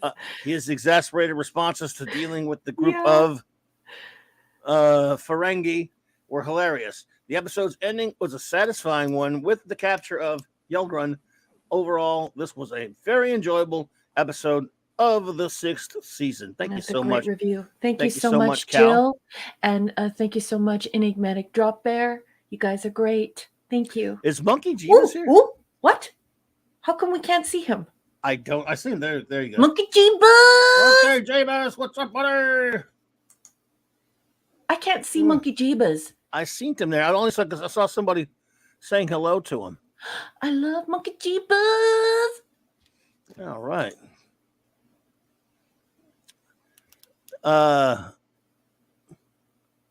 Yeah, HB just said hola. I think JT said something about he hadn't seen. JT, you have not seen Magnificent Seven? Watch the original. It's the best. And yes, it's way better than the Hateful Eight. Sorry. No offense. But but a hatefully eight. Just kidding. Nothing against hateful eight. I'm just saying. Okay, where are I like Cajun Clobby. Where's Cajun Clobby? Oh, well, I forgot where I was up in here. Let me see. All right, let me tell you, everybody. So let me find my next one up the reading this here. Up in here, there we go. Please, shall. Oh, it is B plusy. It's B plus. Maybe Zach should be reading these since he didn't get to be in the entire episode. Oh, little Zachy. All righty, but he has 5 of them. I can't read 5 of them, Zach. So sorry. No. Shooter says B plus. Yes, it is Ferengi. Well, yes, it is Ferengi. Yes, it's humor driven, but it is still a good episode that ties in nicely with the main story instead of being its standalone thing. Some flaws, but I can look past them. Oh, nice. I'm glad you enjoyed it. Oh yeah, nothing wrong with their Shooter. It was okay. I like it. Okay, so the premise is a little off. Zach Has the resources to secure Iska's release, but I'm too much of a tightwad, so I'll just send a special Ferengi hit squad to bring him out. but he chooses to send Quark. Also, how did Nog get permission to go on this foolish crusade? I can see a Starfleet releasing Kevon to the Ferengi to bolster Ferengi Federation relations at the time when the Alpha Quadrant requires solidarity. I also did enjoy Iggy Pop as a Vorta. Right? The casting, Cherry Baby, Chef's Kiss. Mwah. He was great. Is it me or is Gala, that's right. Not quite the Ferengi he previously was. Maybe a different actor. I don't know. Brunt is always welcome to any episode. Well, Jeffrey Combs is the greatest. Overall, it was fun. Action comedy. It was a fun action comedy, rather. Not everyone's thing, but I like it. Hey, nothing wrong with that, my brother. It was. I didn't hate it or anything. One last thing. Yelgrams mentions dealing with the Breen. I think I'll note that down. The Breen. Good. Hey, Tim Hayes just walked through the door. Hey, everybody, say hello what's to up, Tim. All right, Tim Hayes. What's up, man? Good to see you. Glad to have you here. Fancy outside, he says he. C. Only the Ferengi can leave with one prisoner to exchange and back with the hostage and another prisoner. You wonder what reward they collected from the Federation. Quark's new side hustle. Prisoner swaps with possible new prisoners taken. They do this enough. The Dominion are going to need another batch of Vortas. Yes, indeed. Our final review of this episode of this one, the great Mark D with the C, the chief engineer, says, A. Although there's no hard sci-fi in this episode, it's very well done, and the comedic talents of the cast are pure gold, pressed platinum. Indeed. Quark shows that a devious species like the Ferengi could match up to the powerful Dominion. Iggy Pop is so perfect in this episode. Yep. His bad luck with a dislocated shoulder gave him the opening to appear since he had to postpone his tour. Oh, okay. Yeah, I heard that rumor too. Is that true, Mark? Is that verified? I don't know. Because it's just so funny. I had heard that he was at a concert previous to taping, and I cannot believe how good he is in this episode. Was like just outstanding. Anyway, indeedishness. I also like that Nog is the most competent Ferengi because, after all, he is in Starfleet. Yeah, that was pretty good. They're starting to make me not hate Nog so much. Burr said this story was not written as an homage to the Magnificent Seven, but no one told the actors, so they added their own flourishes. Question: would squill taste good on clam pizza? I don't know.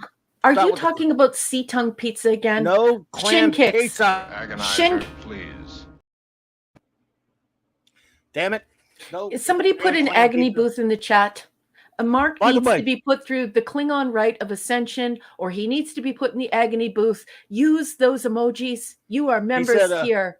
It's in the Deep Space Nine book, he said. But let me tell you what's not. Oh, good. If they said that they weren't, this wasn't an homage to the Magnificent Seven, they used the damn title for God's half of it anyway. I And don't they believe had, that. there's so many nods to the movie. It's then who?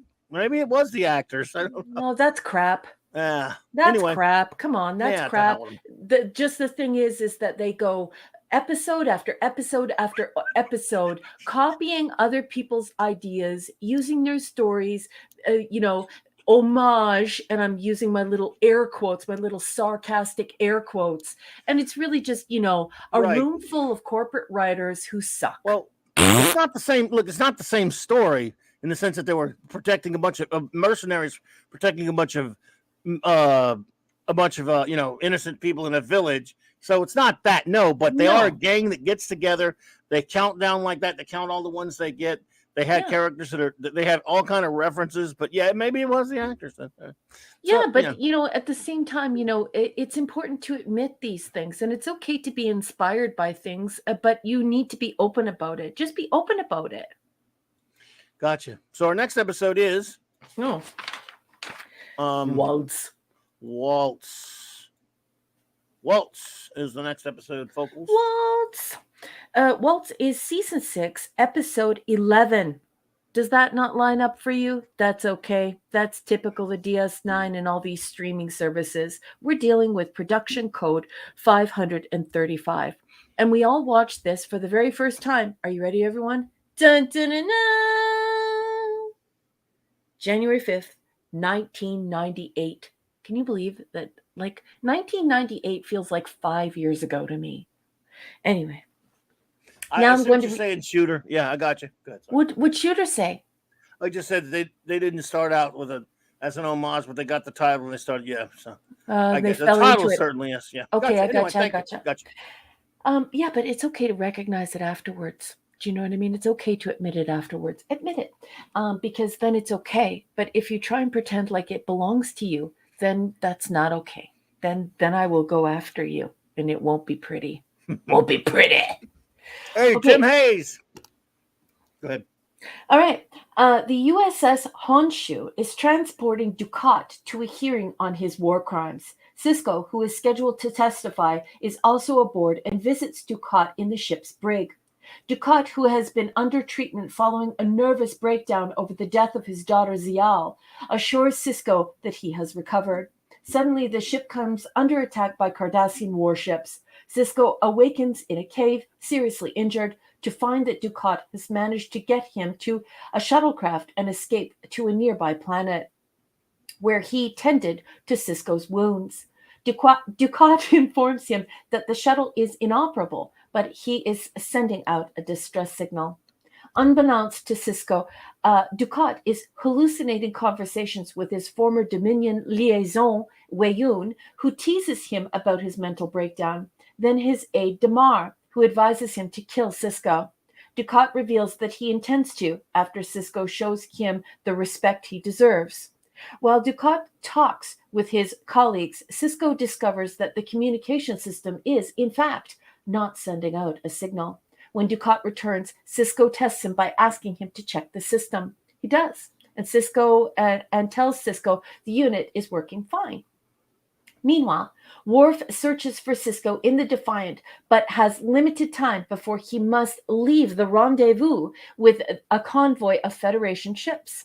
Sisko repairs the communication systems while Ducat is away, then plays along as Ducat defends his treatment of the Bajorans.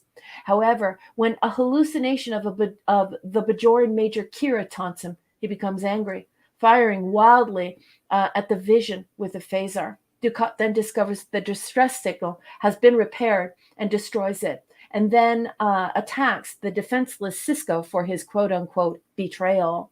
Bruised and battered after Ducat's attack, Sisko presses Ducat to talk about the Bajorans. Ducat insists on his benevolence and goodwill towards Bajor, but Sisko berates him for his hypocrisy and self-deception. Finally, Ducat is forced to admit his hatred of the Bajorans, angrily declaring that he should have killed every last one. While Ducat is ranting, Sisko knocks him out and manages to make his way to the shuttle, discovering it to be intact. Ducat recovers and follows Cisco to the shuttle and overpowers him. But when Cisco challenges Ducat to kill him, Ducat instead leaves him behind and takes off in the shuttle, vowing to destroy Bajor. The Defiant crew then picks up a signal from Ducat, leading them to Cisco. Ducat, however, escapes, leaving Cisco, vowing to defeat him and protect Bajor at all costs. And that is all Wikipedia has to say about the episode Waltz. I'm going to put it to you now, Captain. Captain, my captain, mon capitaine. Tell me, what did you think of Waltz? Well, oh, I mean, Canadian Spider-Man's here. Everyone say hello to right. Canadian Spider-Man. Spidey. What's up, buddy? Hey, sweetheart. Good to see you.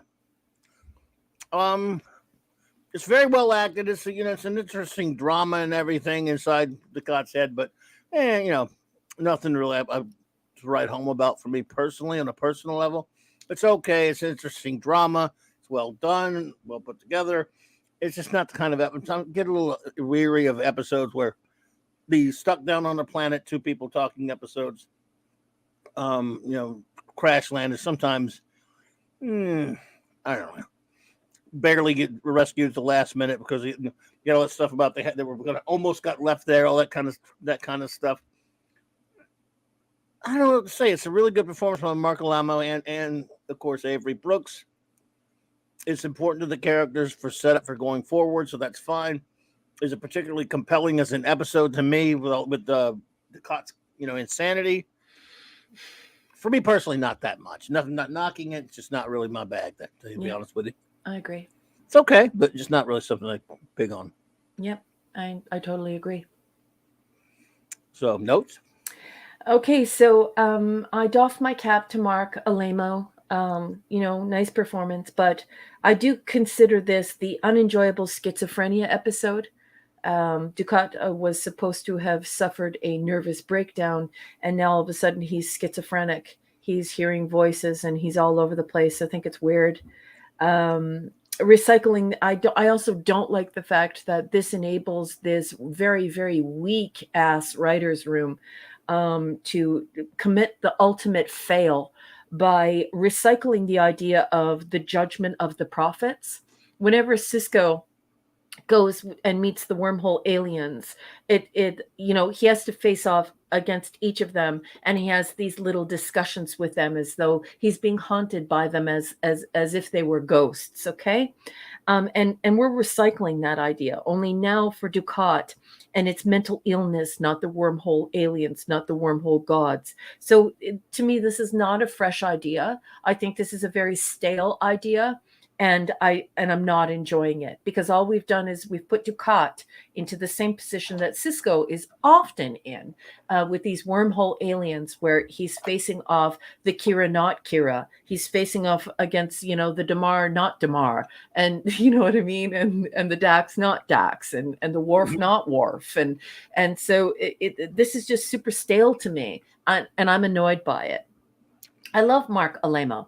I'm just not sure that I understand why he had a nervous breakdown, and he's supposed to be he snapped his crayons, okay, but now all of a sudden he has schizophrenia and is not only hearing voices and hallucinating people, but having full conversations with them. It's just kind of weird. I also don't like the fact that that we have the idea of Greek chorus. Now, if many of you have studied classics in university, you know what I'm referring to. Midnight's Oblivion. Good evening, sir. Hey, Midnight's Oblivion. This idea of Greek chorus, I don't think that that's appropriate here. I think it's really weird. It's just jumbling everything together, and I'm not enjoying it. Obviously, this is also a discussion about Yahtzee, war criminals. And, that was a pretty hot topic in 1998. We were still discovering Yahtzee war criminals. And, it was in the paper quite a bit. So I just think that this is stale. I think it's, I don't know. I've never felt comfortable with this episode. I don't think it achieves anything. I just think it's super strange. It's like they decided to sit down and piece together Enemy Mine, The idea of Greek chorus, and then just they wrote an entire script for Cisco, for Avery Brooks, and it was about the wormhole aliens, and they just changed it to Mark Alemo, and now it's Ducat, and all of the same people who play the wormhole alien judgment team assemble for him. So it's just super stale. It's not enjoyable. I know this is probably coming out of left field, but I almost see a little Batman the Killing Joke in there, and comics fans will know where I'm coming from on that one. Batman and his Joker. So, anyway, yeah. In terms of the two of them getting together, and the dichotomy between the two characters. But anyway, so yeah. I'm sorry. Did you have more notes? No, and that's it for me, boss. And I'm sorry that I don't get the reference. You are the grand poobah of all of geekdom. You are a bona fide subject matter expert. You could teach classes on comic book publishing, and I know you know a great deal. I'm just a lowly academic. I'm just a nerd. So I am unaware of the reference, but I hope everyone in the chat appreciate it. Okay. Not important. All right, so what is your rating of Waltz?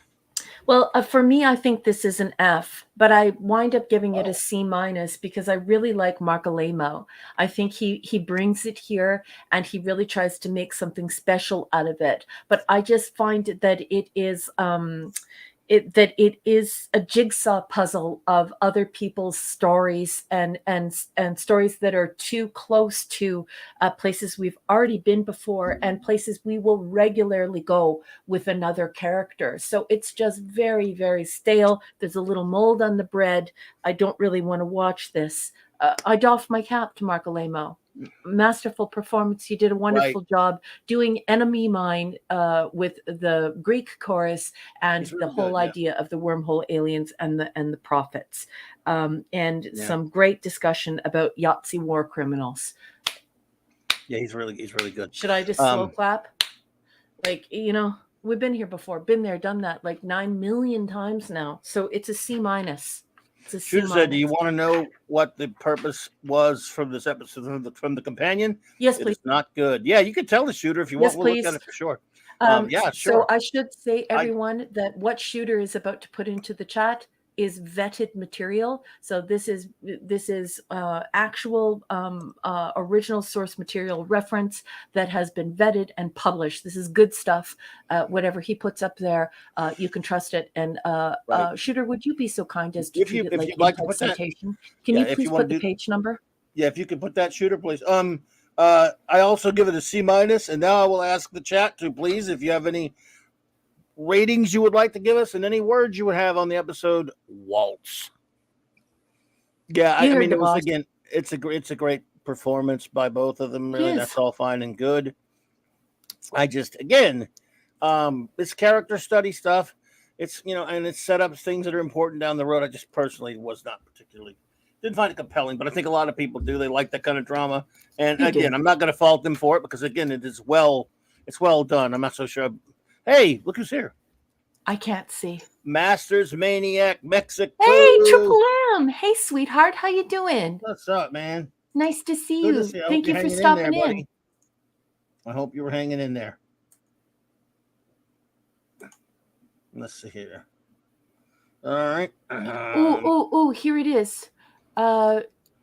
Just wanted to let you know that I'm here all the time listening to you. Oh, my goodness. We love you, sweetheart. It's not laziness or disinterest that keeps me away from commenting as usual. Well, I hope you're feeling better, sweetheart. We're all sending you a hug. Oh, MM? I didn't see it. Yeah, I didn't even see him right there. Okay. Mm-hmm. Yeah. I miss it. So I'm sending you a hug, and if anybody else in the 735 Club, any clobberers, any clobberonimos or clobberettes or clobberooskies want to send a Triple M, I know that you're going to put a smile on our friend's face. Nice to see you, Triple M. Good to see you, Triple M. Hang in there, brother.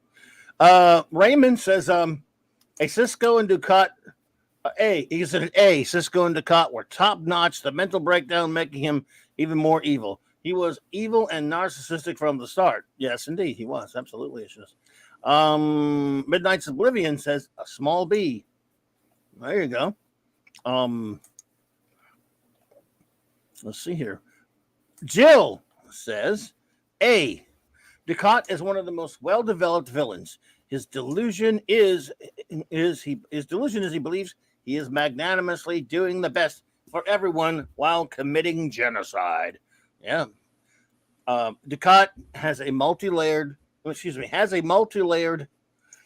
think it means with a has a multi-layered with a. I mean, I think it means with a. Let's go with. I think she means multi-layered personality that lends itself to moments of compassion, but a slightly less murderous despot is still a murderous despot. Yes, indeed, Ishness Jill. Thank you so much.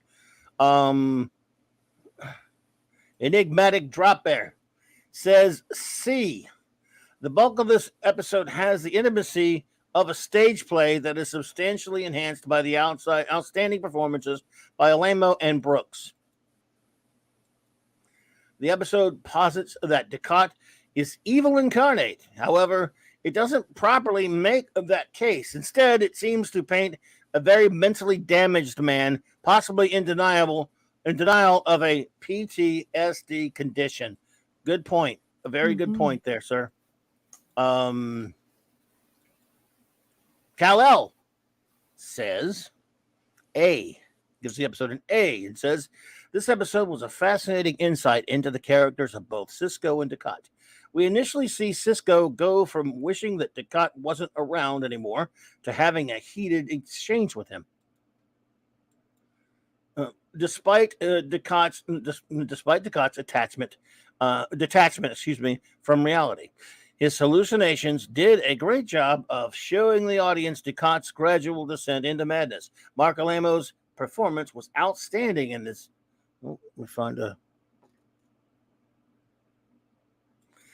Was outstanding in this episode, especially the scene when Sisko finally gets him to admit his true feelings about the Bajorans.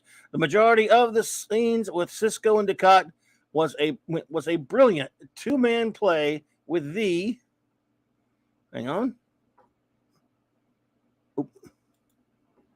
contributions. Let's see. Sorry. From Ducat's hallucinations, contributions from Ducat's hallucinations. Sorry. Ducat's chilling promise by the end of Sisko's vow. By the end, and Sisko's vow to stop him was indeed chilling and had me looking forward to more episodes involving Sisko versus Ducat. This was one of the more interesting and enjoyable character study episodes of the season.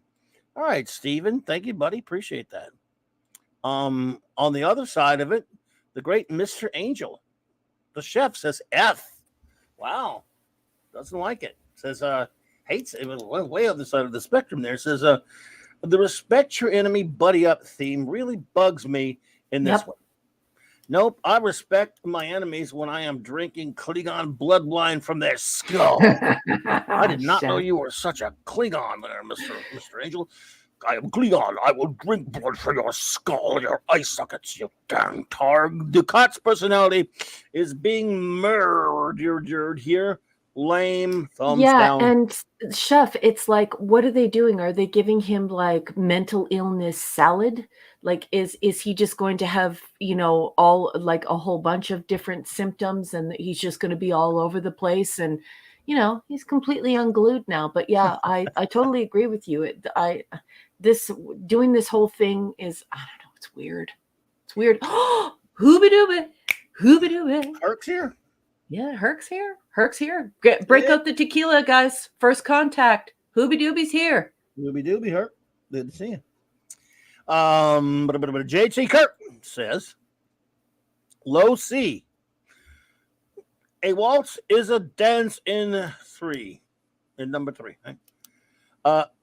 I'm not sure why they named the episode this. Contrary to some folks, I like a smaller story in Star Trek versus Sacrifice of Angels. Bravo to the actors' performances.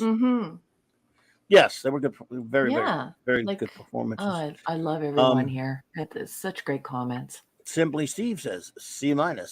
It's the Enemy Mine show with Sisko and Ducat again. More like Dance with the Devil and the Pale Moonlight. A waltz is more pleasant than this drivel. Mhm. Writing department screwed up again. Bland episode. Steve, Yeah, totally Masters agree. Mim says, "I'm sorry, but I promise to be back. My rating for this show and the people here is an AAA quadruple plus." Sweetheart. Oh, Sweetheart, honey. we're always just glad to see you and see that you're hanging in there. I hope you're doing better, my friend, and we really appreciate you stopping by. Thank you for those kind words. Hang in there, hang out with us as long as you can, and we're just glad to see you, buddy. Yep. Hungry Boy. Whoa, wow, a D pluser. Man, he's worse than us. Mhm. My only review tonight. Greek chorus is for 1960s David Lynch or Ingmar Bergman films, not Star Trek. The acting elevates it, though. Wow. Dang. I like Dang, that HP. Chef followed up his comments by saying, "Yeah, it's they mixed all the mental health issues, and in so doing, they disrespect the entire idea of it." And that's really important because people need to know that Gene Roddenberry had very strong feelings on this. He grew up, he was born and grew up and lived in a time when people weren't for getting different types of mental rehabilitation, emotional rehabilitation. So this is a subject that's very near and dear to Gene Roddenberry's heart. And I love what a chef says here in the chat. He says, the mental issues mixed from an info pamphlet. That's not very respectful. So what a beautiful comment, okay. Chef. Love Wow. it, honey. Thank you. Well said. The great bronze wrencher himself, Eric K, says C minus. Great acting, but how the hell did Ducat get out of the cell? I guess the power went down from when the ship was being attacked again. And would be my guess, Eric. They didn't really tell you. Did the Federation scrap Spock's design and now use a cell? A cell. Now use a cell does not use a self-contained power cell. Exactly. I'm afraid I don't know. Can't answer that one, buddy. But thank you. Yep. I think that every time I see the episode, it's like, oh, so all you have to do is shut the power off? What? Yeah. What? Lisa says, C. Ducat coming to the sad and depressing conclusion that he needs to destroy Bajor. The corruption of being a dominant species. Great visual fight scene in the storm, but the ship was functional. Yes, it was functional. It was all Ducat was just wanting to hang out there with Cisco. Mm-hmm. Dave G Sound says C. Yet another stuck in a cave in Star Trek. Yeah, I get tired of that episode. With some sadly misplaced and fantastic acting. Yep. That would have been best utilized on another background story. Yep. Caves, claustrophobia, snooze. Oh wow, what a great review. What a great review. I totally agree. I hear you up in here, buddy. Fanty outside, he says D for dumb, duh, and demotion, Cisco.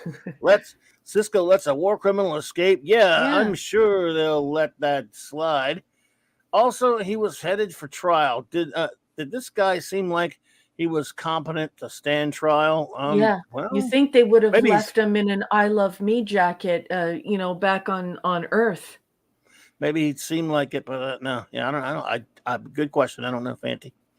Performances were fine. If he's evil, but in his mental state, there is no way he should be put on trial. And if the Federation just wanted to show trial, that's not very enlightened. No, it isn't. They're not Cardassians. He's evil, yes, but he's also batshite crazy. Better to commit him and try him in absentia. They should have sent him to screw in Lord God's old cell. Maybe he can make friends with a crazy green lady. Well, yeah, I mean, it'll be Batgirl, and we'd be happy with that. Von Craig, shooter, says. Again, he got it. See, he got us another episode reference in there. Among Gods Destroyed. You can't get one by us. Slips him in. You keep trying there, Fancy. You're not going to get him by me. JT Kirk, I love you, JT Kirk. And can we just pause for 1 second to say DJ Ronnie G is in the house? Hey, DJ Ronnie G. Good to see you, Katie just walked through the door. Katie. I'm going to put her review in the folder, boss. Look for her in the folder. KT is here. Love you, Katie. Good to see you. I hope you're doing well. All right. I'm so happy to see Katie. Let's see here. Shooter says C plus. Did you think we had seen the last of Ducat? An interesting play between two adversaries as Ducat's mental instability is exposed. All right. I would mention that Ducat's actions did make sense, but as we see, he wasn't thinking clearly. Hang on. Only 2 ships in the area? What happened to the Federation and Klingon fleet? Yeah. It didn't fit into the idea of the script there, buddy. The purpose was to take a nuanced baddie and strip him back. To take away the gray and leave only black, and it worked. Given what Ducat's been through, I can kind of see him losing it. Sure. Yeah, I hear what you're saying. Not that bad of an episode, but drawn out and used to redefine Ducat as an absolute villain. It sets the stage rather for things to come, and Ducat leaves a changed man for the worse. Wow, that's a decent defense. This is good. Shooter's good. Shooter's good. Well, Shooter's always good, man. It's always top notch. Shooter also continues. Okay, so page 520 through 522. They wanted to, I think, said they wanted Ducat to face the fact he is the villain, that he hates the Bajorans and wants to kill them all. Kill them all. Essentially, they say they want him to be a pure evil villain. Yeah, kind of a mustache twirling villain. That's you know. Yeah, I think it's not necessarily. Does that mean he's going to replace Denise Crosby? I guess. See, there you go. He's Dr. Doom now. Our wonderful friend Katie says, Waltz equals C. She gives it a C. Not a fan of the writer sympathizing Ducat.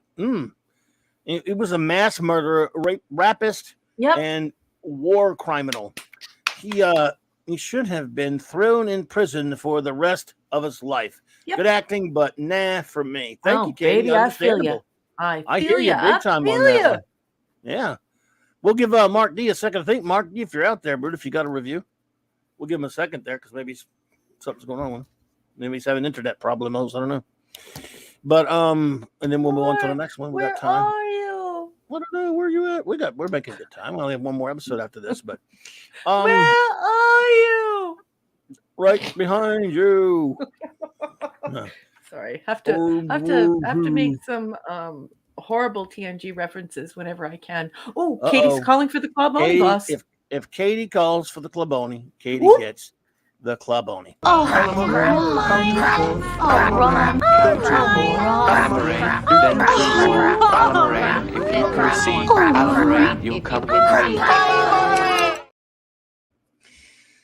Yeah. Anything for you, Katie? Wait, what did you say? Did you say?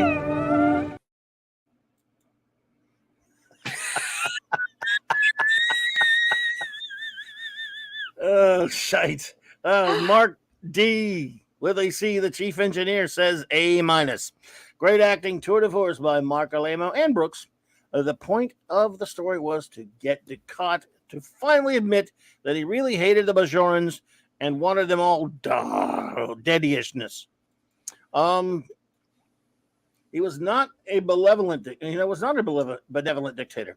The weight of his guilt combined with the loss of his daughter has truly snapped his psyche. So he is now forever haunted by his actions.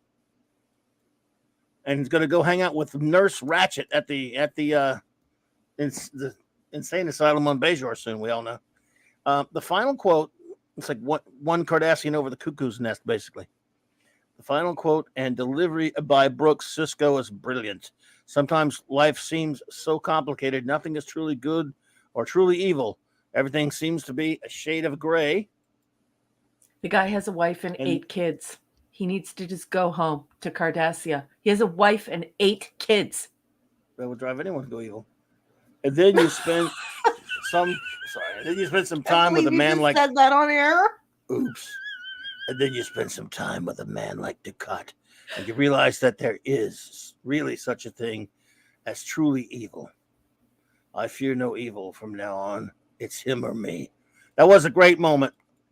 I understand where you're coming from there, Mark. Thank you so much, Mark D. And Princess Boss man, Fiona. Princess Fiona is finding her legs in giving these reviews, and so I plucked this out because this is I think the style that Princess Fiona may adopt in her review. So I'm trying to encourage her, and so I think this is terrific. If you wanted to read it, No, I'm a leg man, so I'll read it. Yeah.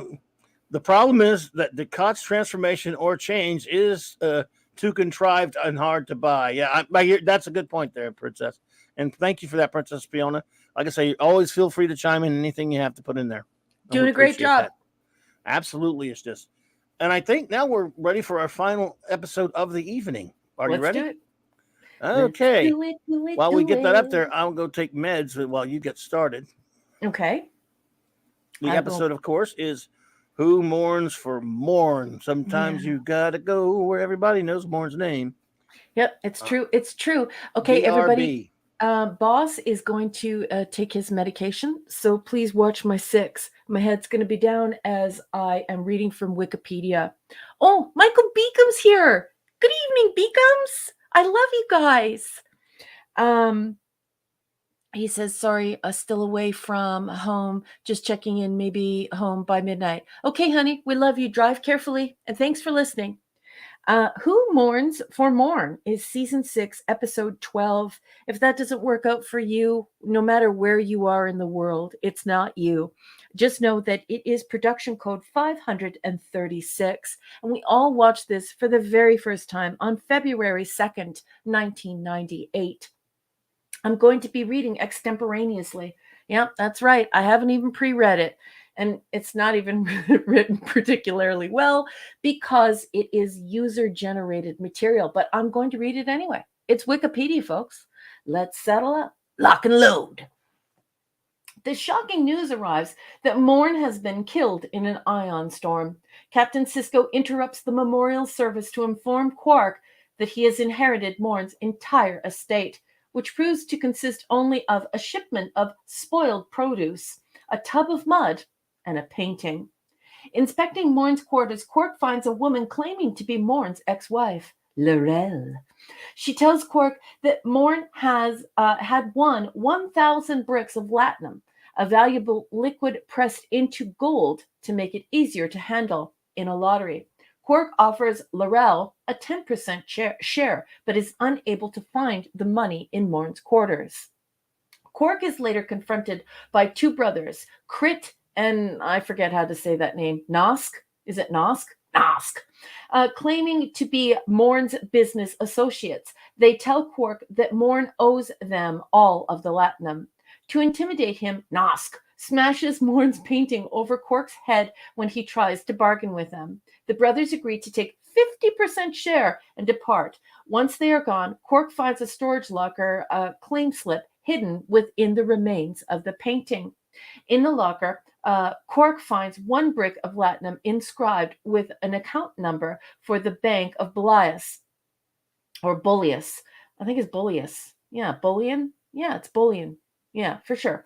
Laurel steals the brick, but Quark has already memorized the number. He hurries back to his quarters to send for the balance, but another stranger, Hayne, intercepts him and holds him at gunpoint.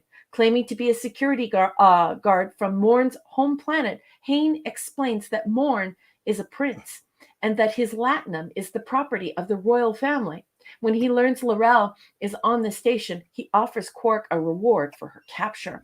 Laurel, Crit, Nosk, and Hayne eventually all converge at Quark's quarters. Quark learns that their stories are all lies and that the money is from a bank robbery they and Morn committed 9 years earlier. Morn has betrayed them and fled with the money, but now that the statute of limitations has expired, they have come to collect their shares without fear of prosecution. Quark persuades them to split the money 5 ways with him, since only he can take delivery of it as Morn's legal heir. Once it arrives, the 4 criminals turn against one another, each trying to claim it all. Quark runs for cover as a shootout ensues, and Constable Odo soon arrives to arrest the 4. Excited at the prospect of being able to keep all the money, Quark examines the gold bricks, but discovers that all the latinum has been extracted. The gold itself is worthless. Resigned to his fate, Quark returns to the bar only to find Morn walking in and taking his usual seat. He had faked his own death, leaving Quark to get the others out of the way so that he could keep all the latinum for himself, revealing that he had swallowed the latinum in order to hide it in his second stomach. He regurgitates a small quantity into a glass, 100 bricks worth by Quark's estimate, and gives it to Quark as a sign of gratitude. And that is all Wikipedia, the fine folks who, added their opinions here and wrote this article about who mourns from Morn. And boss, I think you're probably back from taking your meds. What'd you think of this episode? Personally, I'd just rather watch a Cheers episode, to be honest with you. Yeah. I like Morn. Again, here we go again with the comedy stuff. Every week, I mean, every other week's a comedy with these people. Oh, Gene Roddenberry would be so upset. You know how he felt about this. It's just filler up time. Is it cute? Is it mildly entertaining and somewhat? Sure. And of course, that redhead's off the hook. Oh my God, I fell in love with her right now. I like Quark and I like Morn. The whole idea, it's cute enough, and again, if you like these characters, I don't mind them getting a little lighthearted once in a while and stuff like that, but it really just shows that they don't have anything science fiction to do with it, to do very often. Again, if you did 90 some odd percent of the time, or at least 80 some odd percent of the time, were science fiction stories, and once in a while you deal with the other stuff that you have going on with your drama here and there, and maybe the occasional lighthearted, humorous episode, but this is every other damn week.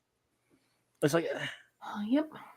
So I don't have a whole lot to say about it. It was fine. It was cute enough. I just don't really have a strong opinion on it because it doesn't make me mad, other than it getting a little annoying with the humor stuff. But it's not bad enough to make me angry and not good enough to make me care. That's true. Just for me. It's whatever. It happened, and it took up minutes and sold advertising, and it's over. Yeah.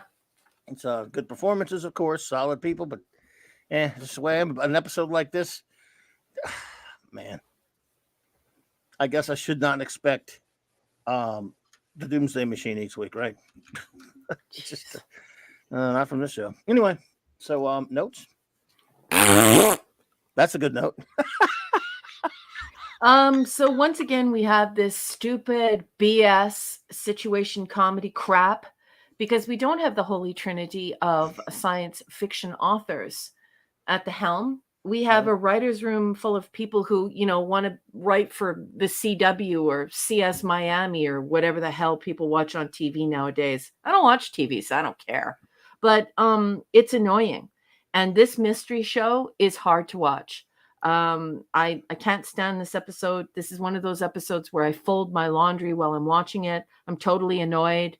It should be called Who Inherits Morn's Money? Like it's just dumb. Who cares about Morn, maybe? Yeah, like who gives an SHIT about it? Morn. Yeah, this is not science fiction. This is not Star Trek. I can say unequivocally that Gene Roddenberry would not approve of this episode. He would have had it up to here by now. He would have been upset by now. This is not science fantasy. This is actually ridiculous and stupid to watch. It's like they're making the show for children now at this point. And then I wrote in my notes, who in the HE double hockey sticks is this for? This is not for Star Trek fans. This is not for science fiction fans. I have zero interest in this stupid episode. It is an insane soap opera plot with no meaning and no purpose. This is Star Trek, the variety show. And the more we involve the Ferengi and the more we involve these comedy episodes, the more we're falling exactly into what Gene Roddenberry said would happen if you did too many comedy episodes, and that it starts to feel like Carol Burnett. I'm sorry if I just showed how old I am, but it does feel like Carol Burnett. It starts to feel like a variety show. You wonder what's going to happen. One week it's going to be like like a slasher type of horror type of episode. The next week it's a mystery. The next week it's a comedy. You know, you don't know what's coming. But one thing you know for sure is that it sure is F is not science fiction and it's not Star Trek. And I hate this kind of stuff. I hate this kind of stuff. Oh, Yeah, I don't blame you. Princess Fiona, you win the day. Exactly right there. Flipping the bird to the great bird. They yeah, really are. just not. It's just look. I don't know. I mean, go write something. I mean, why? I don't understand how that gets past the first couple of. I don't know how this gets. I don't know how it gets shot because like everyone go look really. You know, maybe if you weren't doing this like 10 times, look, they get what 20 something episodes a year. It's starting to feel like 6 to 7 each year are comedies. Yeah. Anyway, so let's just make quick work of this nonsense since it doesn't deserve much. What is your rating of Who Mourns for Morn? Okay, so like Open Defiance of Gene Roddenberry will earn you an automatic F from me. You know, I'm an author. I studied authorship and it matters to me what people are doing with Gene Roddenberry's story. So if you really, really upset me, I'll give you an F. This doesn't upset me enough to give it an F. However, it is just above an F. This is a D- for me. This is complete and utter shite. It's indefensible and it is very childlike. This is a show written for children. I think that the Hardy Boys and Nancy Drew show was a little more challenging than what's Should have going been on in this Nickelodeon. episode. It's an afternoon special. A Deep Space Nine afternoon special. Yeah. And, Who you know, and mourns you're for waiting for it, Morn? like when the commercial comes on, rather than it being, you know, like Calgon Take Me Away or one of those other commercials from that time, you're waiting for Schoolhouse Right. Rocky, the chip off the block for your favorite Schoolhouse Rock. Like, it's just, this is ridiculous. And it's so infantilizing and so ridiculous. And it is an insult to the intelligence of the people who watch this show. This is for children. If little kids watched a soap opera mixed with a mystery, that's what this is. It's a D-, and they are so lucky I didn't give it an F.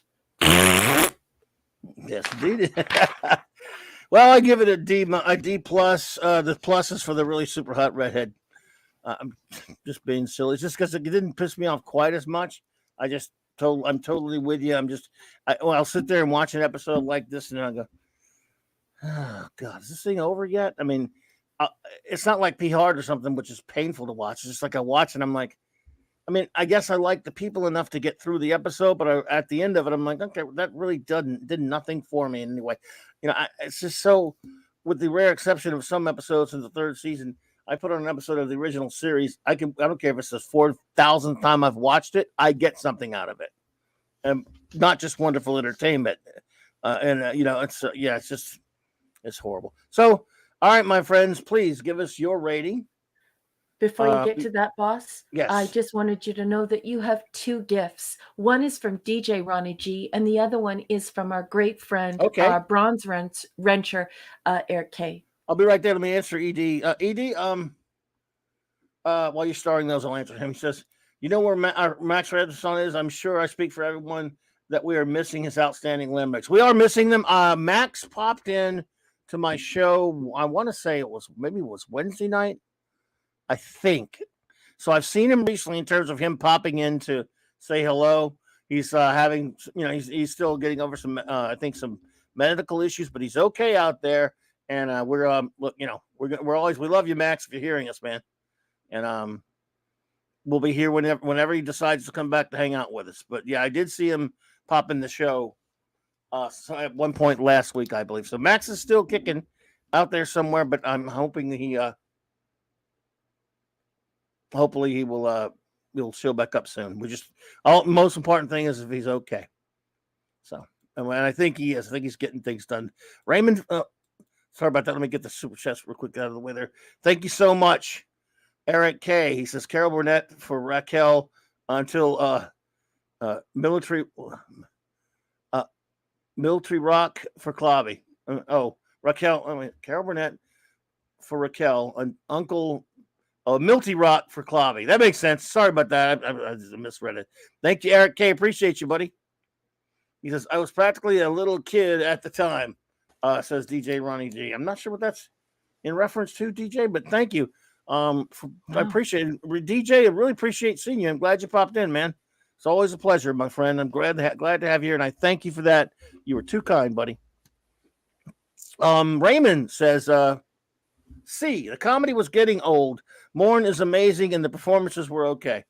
It's a fair call. It was. I'm with you and there. DJ Ronnie G, I just want to say, if that's true, I just want you to know how I'm going to speak for Clobby right now, which I seldom do.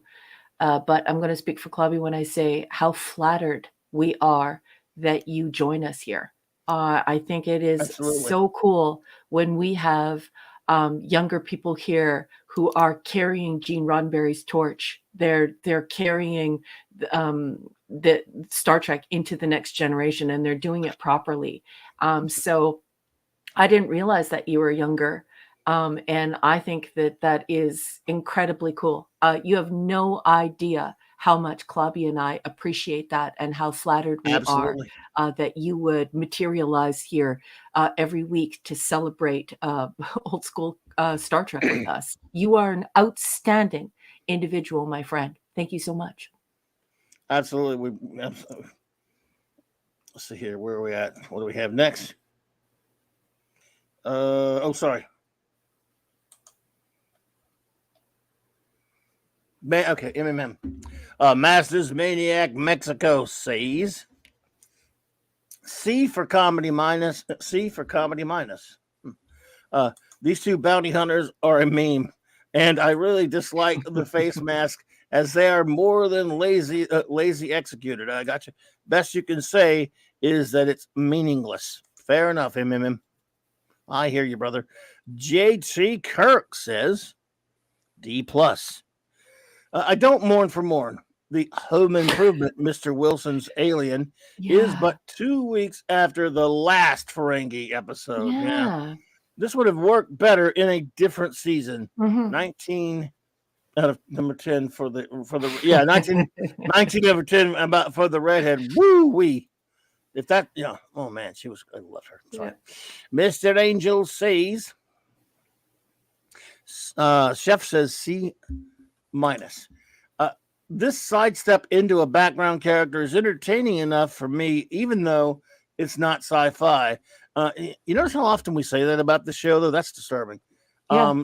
Ever since I saw Morn for the first time, I think, for the time I wondered about his backstory, but silly filler. Bit silly filler, but okay. Thank you so much, Chef. I understand where you're coming from. Do you remember when you and I first became friends, like I don't know, like almost 3 years ago now? And we were talking, we had this conversation in private before we even started to really hang out with each other quite a lot. And I remember you and I really having a meeting of the minds when we both said, what the hell is going on with everybody on social media? Why is everybody acting like we didn't criticize Star Trek before? Like we weren't holding Star Trek up to some pretty high standards before. I've been doing that all along. And I remember, saying to you, I've been doing it all along. And you were like, well, so have I. I'm not going to give up on Star Trek. I want, I'm going to say whether it's good or whether it's bad. I'm not just going to fall in line. And I was like, let's not sup the mush. And it's so funny because that's how one of the ways that you and I strengthened our friendship and really started to become actually really good friends. It's just when you're out there and if people don't put it out there, Clobby, I just don't think people realize that. But Trekkies have always been like this. When TNG first came out, I was worried it was going to suck. And I love how you always say it. Call balls and strikes. Don't delude yourself or pretend that you feel one way when you don't. Call balls and strikes. Yeah. And I think that's been the stroke of genius in this show. is you and I just putting it out there and letting people know that it's okay to think that there are some incredibly good iterations of Star Trek and that there are some incredibly good episodes of Star Trek, but there are also some sucky iterations of Star Trek, and there are some downright horrible episodes of Star Trek. Everything made by human beings is flawed. Yeah. Yeah. So You're true. right. Anyway, I'm enjoying myself and I love you. Thank you. I love you. And yep, we're brutal. We're brutal here, but we're breaking this is the first time I've ever broken these things down piece by piece. This is a show that's one big tapestry, meaning Deep Space Nine, and we're breaking them in pieces of the episodes, which you know what? It's a TV show. They made episodes, so they're getting broken down that way, but they don't stand alone as episodes the way some shows do. Eric K, the great Bruns Richards says, D, filler episode and not good filler. I hear you, partner. Fancy outsidishness says C. Another Quark side hustle, unwanted partners elimination for 10% of the take. Isn't it odd that Morn gave Quark more than the Nagus offered for Quark's mom? Should Quark be insulted? Gotta find your other one there, brother. Hang on.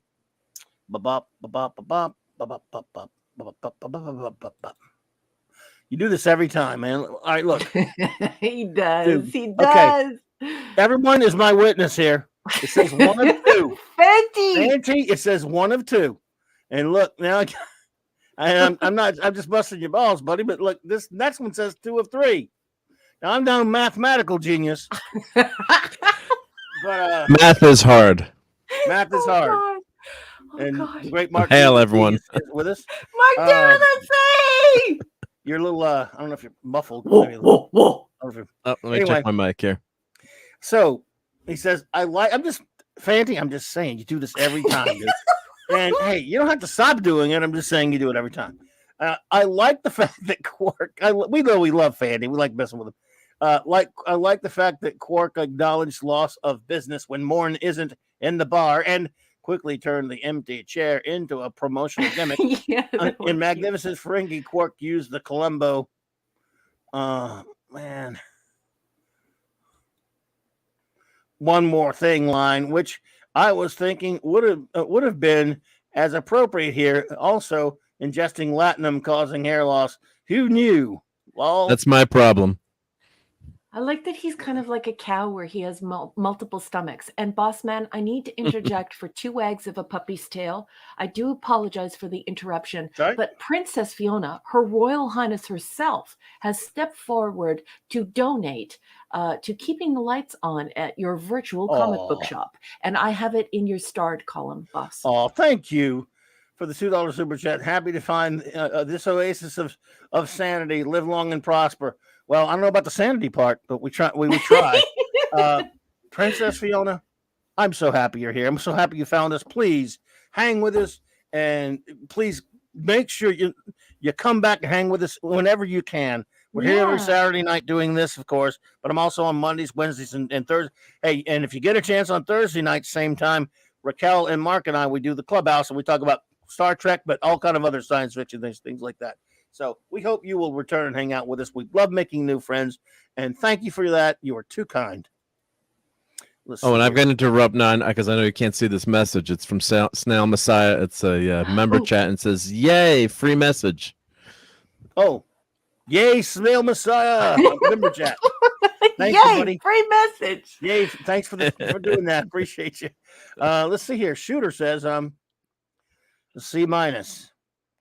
Is everyone hearing us okay, by the way? If you hope the sound's good, let's see if they tell you anything different about the sound check. We sound weird to me. Maybe just because of it. Mark? Yeah, Mark. Am I sounding weird? Yeah, your mic sounds super mega ridiculously hot. But as long as anyone else hot or low, let me turn the gain down. How's that now? Yeah, you need to You're good. So your main volume, you need to turn it down, and then your microphone volume, you need to turn it up slightly. Always something. There's always something. Because you're maxi on both, and because of that, you're distorty on both. Okay. Testing. 1, 2, 3, testing. You're good now, I think. I turned the gain all the way down. Sorry about that. No problem, dude. Glad to hear. C. C-, says Shooter. Coming into this episode, and it really hit me for the first time that there is a lot of comedy fluff episodes in DS9. This is, I've never thought of it either until we started reviewing it like this. It's weird. Wouldn't taking advantage of the current war make more sense? Says Shooter. Yeah, one would think.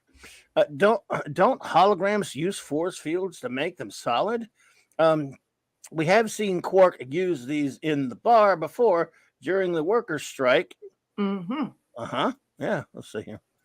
The way everyone talks about how good Morn was, while funny, makes Morn out to be this amazing person, especially Worf describing sparring with him. It's cute, but unnecessary. That was dumb. That part was dumb. Didn't Quark establish that gold is good? He did. In Little Green Men. Now it is worthless. Ultimately, it was fun and enjoyable the first time, but now it feels like hollow filler. Yeah, Shooter, it really does. I mean, I'm so with you there. Jill says C-. Having 2 episodes just for fun, so close together, is mildly tiresome, but nevertheless, it works as a cartoony way to give Morn some backstory without having to make him say a word. Yes, that is the funny joke that he still doesn't talk. We like that. Lisa says B, hilarious. Morn, the ever-present barfly, sends Quark on a bender, a wild goose chase with many twists and turns to come to the conclusion that Morn outwitted them all. Morn got an episode. Cheers. Nope. Well, I'm happy that you enjoyed it, sweetheart. Is cheers a pun? Yes, of course it is. I think so. Dave G. Sound says D+. A funnish-esque episode that could honestly be skipped. I happen to like it just enough. Okay. Nothing. I give it a D+ though, and you like it. Wow, like it just enough. Nothing at all of any consequence is in danger of occurring at any time during this episode. True. Poor filler. Yep. Yeah. I'm with you, Dave G. It's just filling up time, buddy. Yep. Jill said another one. Oh, I'm sorry. I can't go below a C because I love Morn, and I relate to him because people are always making that joke to me that they want me to shut up because I talk so much, but it's because I am quiet. Oh yeah, I get you. People have made quiet people get that sometimes. I hear you. Oh, I didn't realize, Mr. Angel, you had another one, buddy. I'm so sorry, Chef, because it didn't have a number on the other one, if I recall. He says, somehow I always expected Morn to have a bigger role in the series for some reason. This episode is a little homage attempt to a background characters, I think. Thank you, Chef. Gotcha, Chef. Bossman, you have received a gift from your marvelous friend, Snail Messiah. Thank you, Snail. Appreciate you, buddy. He says, you're too kind, man. Let's see here. Hungry Boy is teasing me with Reptilicus. Hungry Boy, you stop teasing him. Don't make me come out there. Don't make me pull this live stream over on the side of the road now. Simply Steve says F. Spaceballs, anyone? Morn and honest to goodness Prince. Although that was made up, right?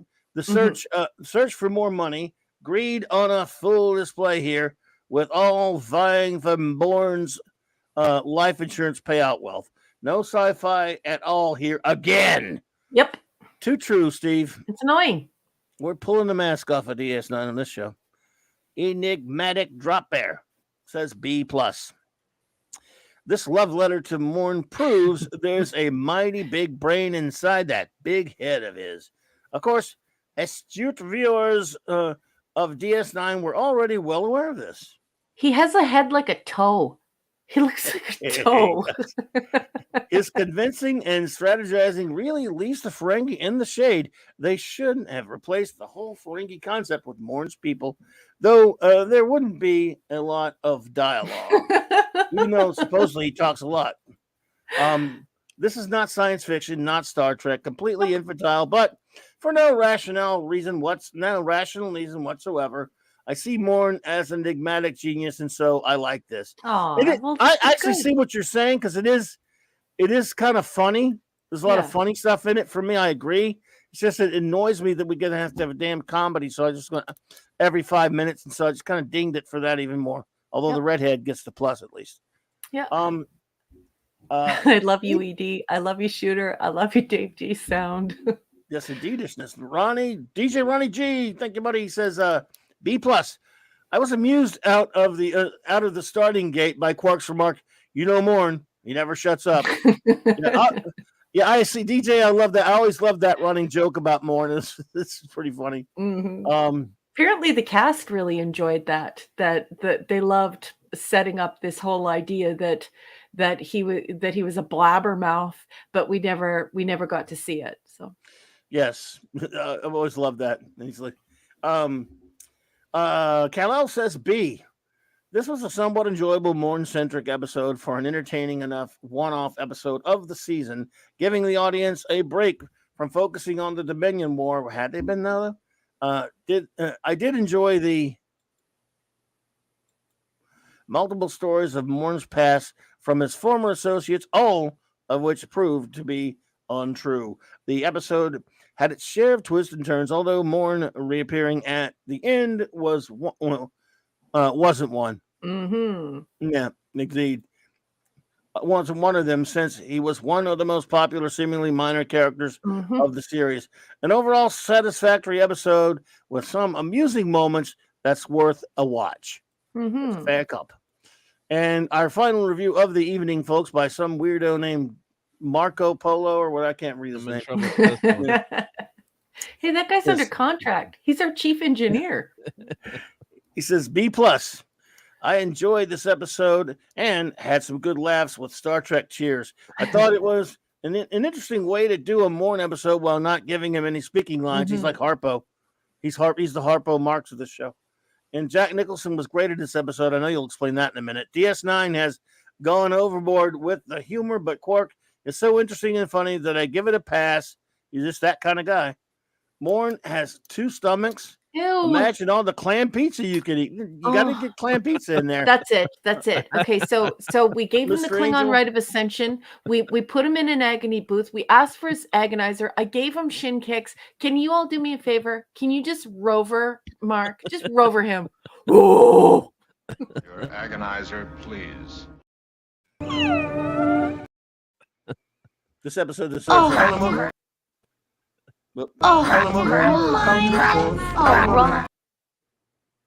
Then why did it cut off? I don't know. It cut off on me. What the hell with it? What do you got? Oh, the aliens were they were told to act like Jack Nicholson. So if they're delivered, the green guys. Mr. Angel. Okay, stay on the side. Don't mind me chopping garlic. Okay, thank you. Remember, thank you, Mr. Angel. So they weren't told. Yeah, I guess now that you mention it, the guy was trying to sound like Jack Nicholson. They didn't sound like Jack Nicholson. They One sounded guy like that did. Christian Slater kid. Yes, Christian Slater trying to sound like Jack Nicholson. That's Yes, he right. did. So like a try-hard loser. And I really love JT Kirk's reaction. I have had enough of you. Oh my. Well, it takes me a while to go. You mean this? I have had enough of you!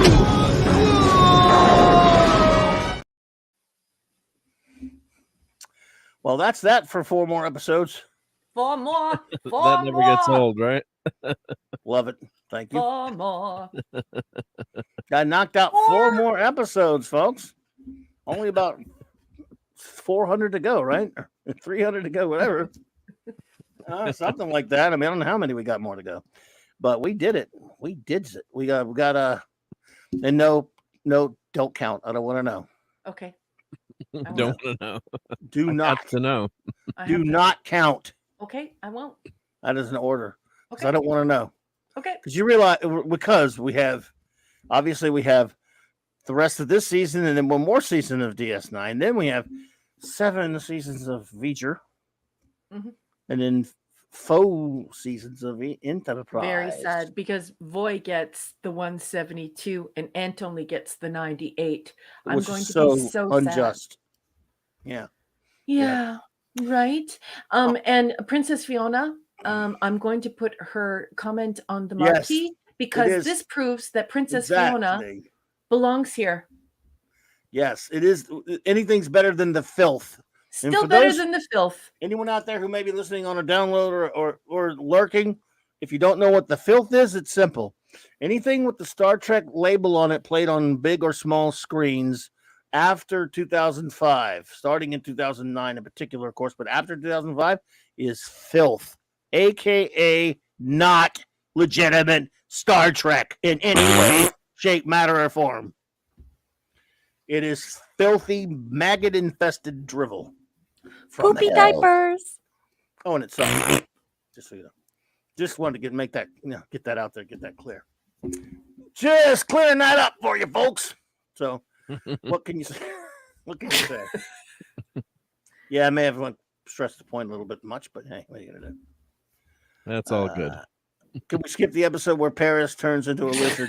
Oh, hell no. Favorite episode. I got all the action figures from that. I've got the little kid lizards, right? Yeah. You're new here. Little kids. Princess, you're new here, but you don't want us to skip that. Trust me. No. You because when we get through with that episode, because tonight was mild. If you heard us go after episodes we hate, and because we're pretty evil with episodes we hate. We are. Yeah, you're gonna want to hear this. If you, for example, or have that kind of sense of humor that we think you might have, and there's an episode you really can't stand. I mean, let's face it, we love Star Trek, but there are episodes we can't stand. Nothing wrong with that. They're made by human beings. There are episodes I cannot stand, and boy, do we have fun with them. We do. I mean, to the point where people, I know, look, by the way, out there, since we have some time, everybody, I understand there are people out there that hear the way we talk and they go, you guys must hate Star Trek. They think their conclusion is you hate Star Trek because you trashed an episode. But that's not how it works. You can love Star Trek and still thinking, hey, the original series. I'm sorry, folks. The alternative factor is poo-poo. Although that was one of the most fun shows with Toxic Man Flu. Oh, the fun we had with when we did Alternative Factor. Oh my God, he was so great. If you're in the audience, Lazarus falling. Yeah, you need to realize now that that's my ultimate. That's my ultimate for TOS. It's my absolute ultimate. Actually, it's not my most hated one for TOS. The one I hate the most is probably "And the Children Shall Lead." The Mark of Gideon. Hail, hail. Fire and snow, friendly angel. We will go. But hey, and look, alternative factors to the bathroom, poop our pants. I wish Alternative Factor was at least third season because the first season's so beautiful and wonderful, But hey, it's true. But hey, Shooter, thank you for that. He says, "Thank you, Shooter, for the super chat." He says, "I think we need an Alan Moraine." Well, you got it, buddy. Space hippies, yeah. I mean, the way to Eden. Stepping out to Eden, yay, brother. Gonna snap my fingers and jump for joy. Got a clean bill of health from Dr. McCoy. Here you go for you, Sugar.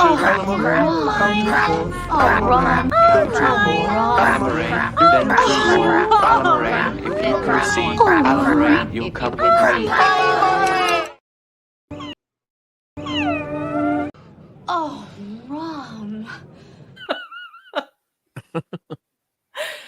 Oh, did that stop? Oh, man. Oh, Rom. Oh, I thought that was one where you had all of them on there. Didn't you have one that? Oh, yeah, I have the montage. Yeah, it's called. You gave me that one, didn't you? Yeah, it's called montage. I can't find it. I'll find it. Here it is. Hey, ready? Okay, cover your ears, everyone. You ready? Oh, Rom. Oh, Rom. Oh, Rom. Oh, Rom. Oh, Rom. Oh. Couldn't find it. Thank you, Eric. It's on the bottom. It's on the Thank you, Eric K. Oh, God. Hail, Clobby and Stone. Raquel knows Trek, and some episodes blow. Yes, they do. Look, I love you, Eric. We beat the hell out of TNG a lot. We beat the hell out of DS9, so it's only fair. We are partial to the original series. We make no bones about it, but it's true. Yeah. I will trash the hell out of the Mark of Gideon. Spock's brain. I don't care. Some people defend it. Yeah. Defend it all you want. Spock's brain sucks. Oh, worse than that, though. There are worse ones. Is there in Truth No Beauty? I hate it. I'm sorry. Yes, compared to the filth, it's hey, Lady Mist. Lady Mist, how's it going, sweetheart? By the way, compared to the filth, I love all these episodes. Yes, and that's all. That's all that's required. Oh, we have a members chat from JT Kirk. JT Kirk. I don't know if you can read that, but remember D- on the Real Trek Space is an A plus on. Yeah. Yes. Absolutely, JT. No question about it. But yes, we any show that runs 3 years, 4 years, 6 years, 7 years, they're going to be some clunkers. Mm-hmm. Yeah. So but this is the first time I've thought of this because I used a lot of people. In fact, Raquel, didn't you find something where they were and surveyed people what their favorite Star Trek iteration is, and the one that won out was DS9. Yeah, and the most important aspect of it is that it was conducted by a fellow academic. This is not a colleague of mine. It's not someone who I know, but it is a fellow academic. He is a lettered academic, and he used various survey instruments to increase the accuracy. So you can conduct surveys in multiple ways, and you can get different types of responses from them. So you can ask different groups of people. You can ask them in a different way, a different format, a different medium. And so he used, I believe, it's been several years since I read the manuscript that covers all of the research and all of the numbers. But I think it was like 4 or 5. But, folks, it could even be 6 different types of survey instruments. And once he crunched all the data, it aggregated all the data, it came out overwhelmingly as DS9 being the far and away fan favorite. Now, that includes fans, normies, and casual viewers. But one thing I should say is that there have been follow-up surveys that were not conducted by academics, and there weren't formal survey instruments and measurements being taken to, ensure the accuracy, just on Reddit. And it is reported, I have read in 2 places, that the reason why people like DS9 is they say in their own words that it is the most un-Star Trek of all of the Star Trek. So it's quite hurtful for someone like me who's a huge Gene Roddenberry science fiction fan, but that's the reason why people publicly cite liking DS9 more. It is the Star Trek that is the least Star Trek. Hey, Courtney. Hey, Courtney. It's sad, isn't it? Yes. Hey, Courtney. Good to see you. Yes. Hey, well, I'll tell you my theory on that because I thought about that a lot since we saw that, and I think what it is it just, whether we like it or not, obviously your hardcore Trek fans are one thing. Most people, even people who do like this type of show, I think people, if you look at most entertainment from right around into the 80s, going into the 90s and beyond, most of it became serialized entertainment. In other words, your TV shows of the 50s and the 60s and even in the 70s, almost all of it was, unless it was on daytime television, was exclusively episodic, anthology-like almost with recurring characters, but it was never continuity until the show Dallas and some of those other late night soaps came on. Most of your TV shows didn't have what you call continuity or character arc, any of that stuff. There were week to week dramas or comedies or action shows, cop shows, or even a science fiction, whatever it was. That's the way TV was formatted, right? And eventually you started getting shows that did do it that way, the serialized or soap type of a format where you would have week in, week out continuity. And we'd have shows that had there were like it was like a soap opera in a sense, and they became very popular. And Deep Space Nine was probably the first show that, well, even though it was ripping off Babylon 5, is it's the only Trek that does that. If you think about it, because originally, of course, is episodic. The animated series and TNG and even Voyager.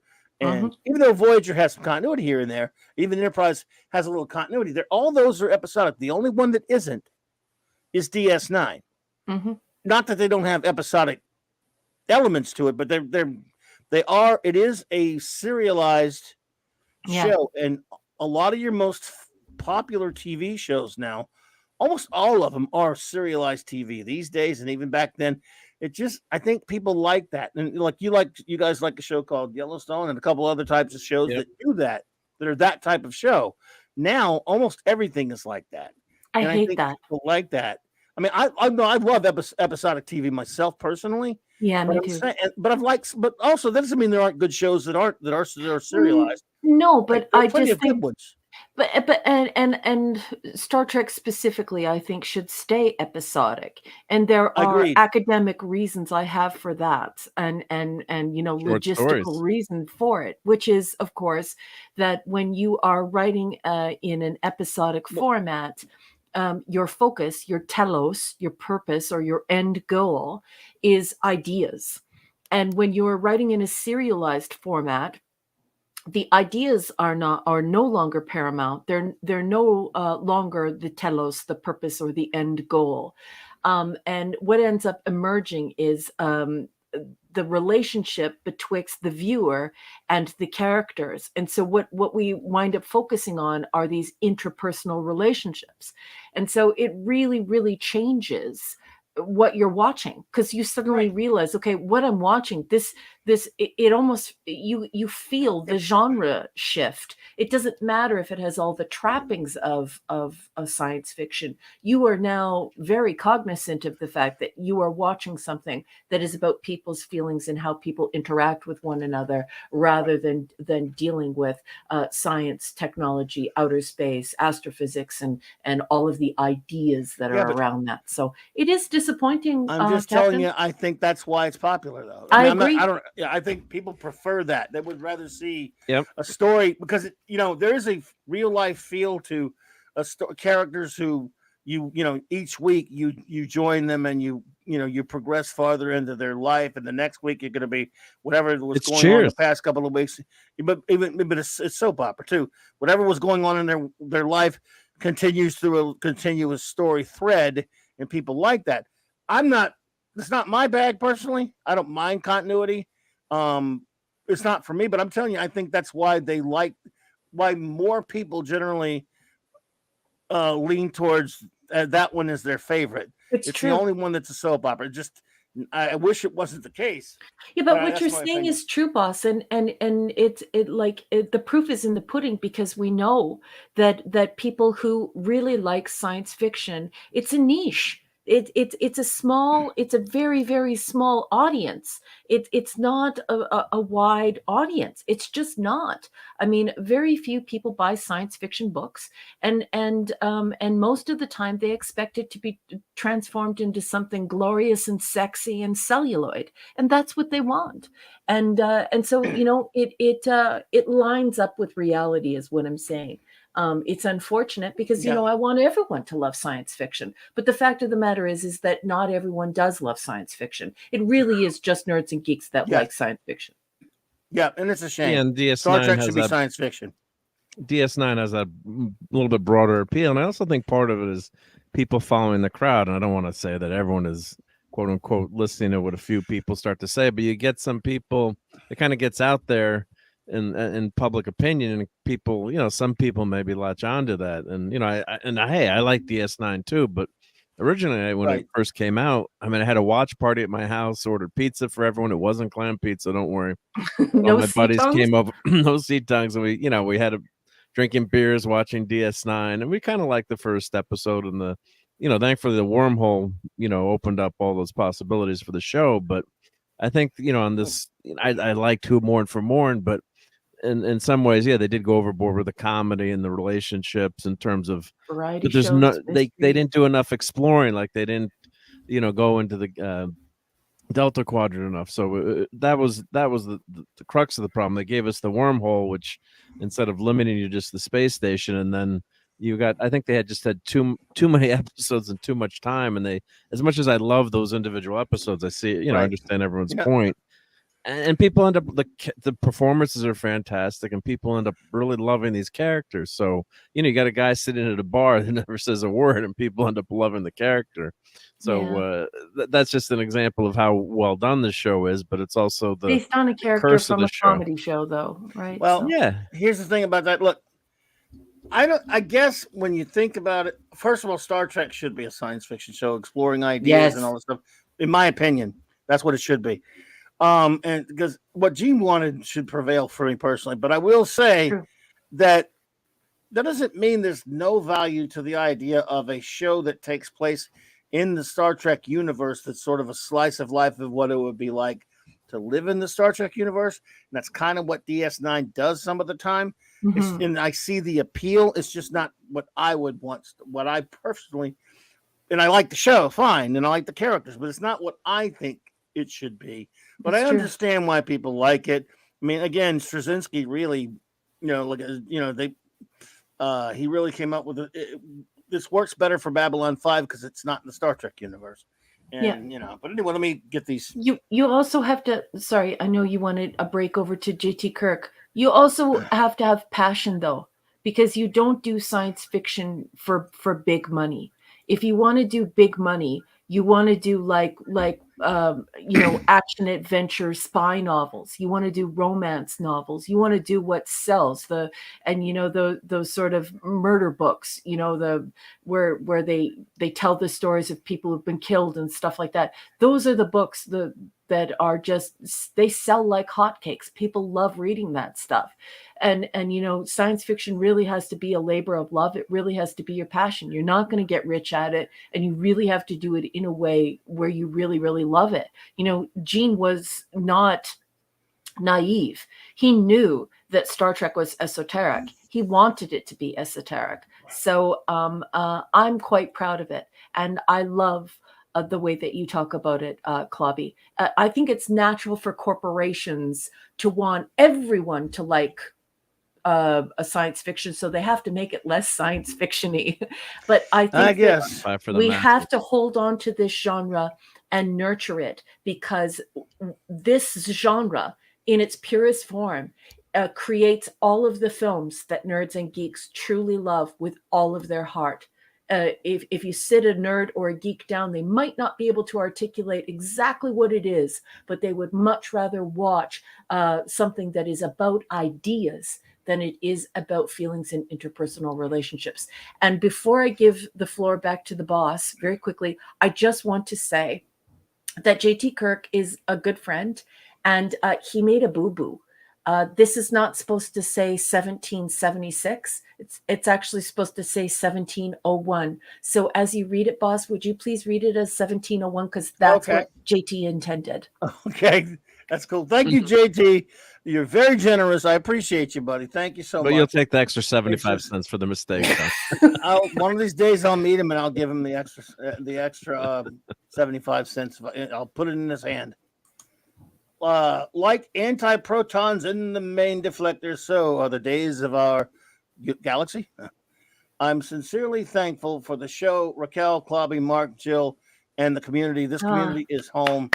We're thankful for you, JT. Thank you so much, buddy. Thank you, JT. That is very kind of you to say that and to do that. I really, really appreciate it, bud. Yeah. Lady Miss said something. Said DS9 is Star Trek. Is Star Trek? It's just its own space station, not a ship. So, to me, a little harder to come out with interesting new shows each week. But they did a good job. It was still a good Star Trek show. Yeah, Lady Miss, I think it's a good show. I don't hate it at all. Yeah, absolutely. I don't hate. I like the show. I've always liked it. And we're breaking it down into pieces is giving me a different type of perspective on it. That way on individual episodes. But I like the show for sure. Princess Fiona said JMS really pioneered the 5-year plan. Jar Jar Abrams pioneered the 5-year no plan. Yeah, Jar Jar Abrams is a bag of filth. And by the way, I don't like to brag, but he got that name because of me in 2009. Just saying. And I know this, by the way. You know, I should say too, though, Princess Windsor. Fiona and others, you know, when we first started this, behind the scenes, when I left Facebook a long time ago, and I moved over to Twitter in like 2017, I as I began to make friends on Twitter and connect with all the worldwide Trekkies, I'm not gonna lie, like I have my own reasons for saying and doing what I'm saying and doing. First of all, we're watching this in a linear fashion, which I have always done, and it definitely reveals weaknesses in it.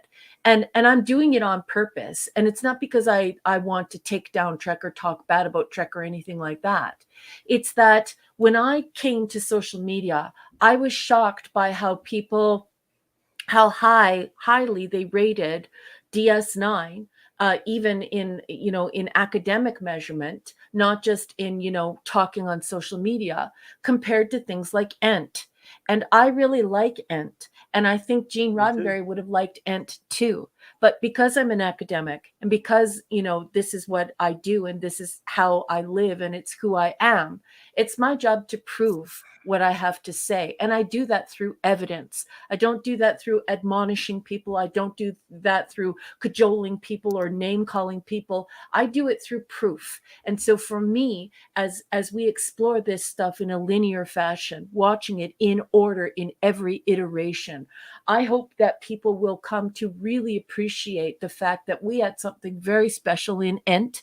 We had something that I think Gene would have loved very much. And I think that that could have been the next best thing in Star Trek. But I'm not just going to put it out there, okay? I'm going to prove it to you. And that's what I'm doing here. I'm showing you why I think the things that I think in a professional and intellectual and academic way so that you'll understand it, rather than just asserting it and being domineering and obnoxious about it. So stay tuned. Stay tuned. Thank you so much, Princess Fiona. You're too kind for that super chat. I appreciate you. So happy to meet everyone. We are happy to meet you. I cannot tell you how much we love meeting new people and making new friends here. And it is just wonderful to have you here. So thank you for being here and hanging out with us. And I hope you will always return.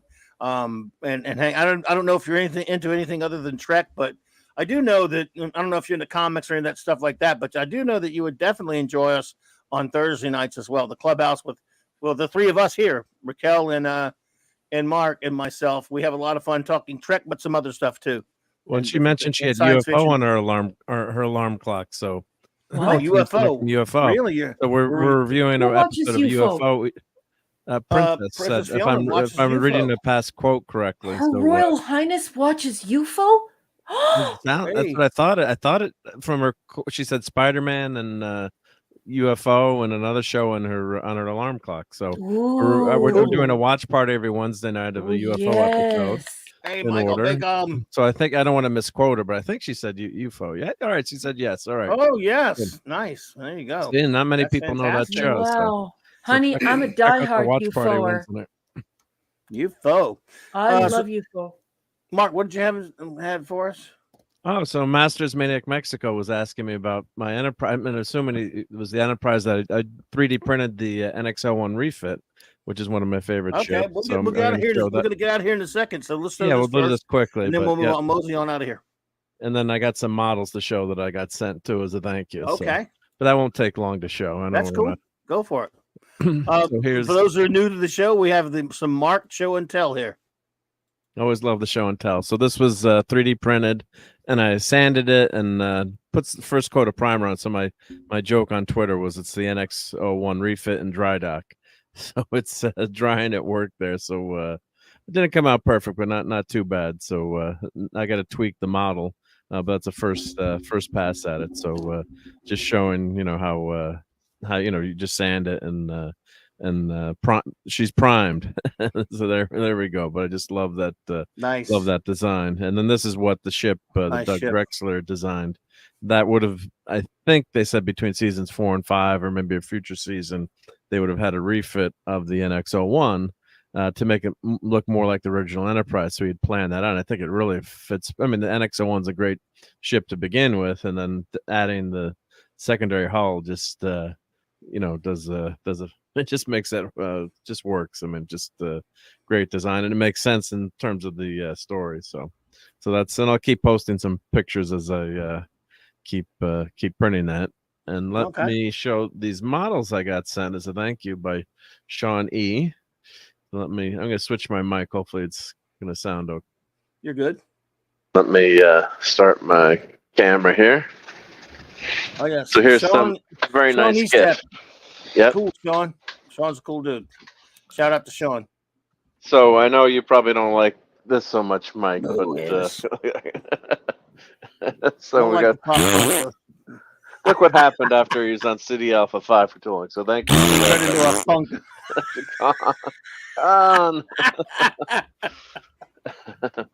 But this was just way too nice. Way too nice. The Grissom stuff. So I'll have to do a build stream on these. But come on, poof! Saturday, target engines only. So this is so incredibly kind and thoughtful. Yeah, Sean. So nice. Yeah, he told me he finds these sometimes. Wow. Very nice of him. Just I hope he got it on a real big discount. He said he did, yeah. But it's very cool. Very much appreciated. Yeah. So here's the Defiant. We offered order. Defiant. I mean the Reliant. Not the Reliant. What did I say? Oh, I'm stream braining. I was in the sun all day taking pictures of track meet. So yeah. That's okay.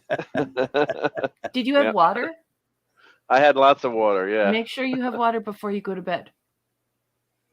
There's the scales. Nice scale there. Yeah, that's a good. It's going to be a nice ship. And the last one. Save the best for last. No offense, Reliant. But, greatness. Refit time, baby cakes. That's my favorite ship ever. I don't know what it is, because obviously I'm an original series guy. First, I like the show better than the movies, but there's something about that refit ship is the most gorgeous spaceship ever made, in my opinion. Because it honors the original, right? It's you see that, you know, yeah. I mean, it doesn't try to do too much. Yeah, it is a perfect ship. Yep. So here's the hull. So believe me, I I understand those who prefer the TV version because I love them both equally. Yeah. Something about that motion picture. Oh, gorgeous, TMP version is just so brilliant. Unfortunately, I'm supposed to do yard work tomorrow. Maybe if it rains, I'll get the chance to work. Do some models. Yeah, I'll be in big trouble on my honeydew list. But yeah, and I might buy the lighting kit for this one. They do custom. They have some guys that make custom lighting kits, so I might pick that up for the A. Princess Fiona says, if you steal a Trekkie's wallet, you always know what their PIN number is. Not mine, but I'll tell you what, my wallet has a Delta shield on it. So if you steal my wallet, you'll get a Trekkie's wallet. So does mine. And I teach wearing a Delta. I wear it on my blazer. And I also have one that's a brooch that I wear on my blouse. You have to use the Reliant prefix code, because most people wouldn't get the 1701, right? Use the Reliant prefix code. And this was stickers that Sean sent to. Cockrum, Kirby, Ramita, Tuska. So yeah, these are classic. I know that's pathetic. Wall stickers. So everyone thinks I should put these in my bedroom on the wall. No, I would. No, you're not. Yes. Put Listen, it right behind the wall on your. What if you your get wife? if you got one of think those, of your wife. If your bed has like one of those backboards or whatever.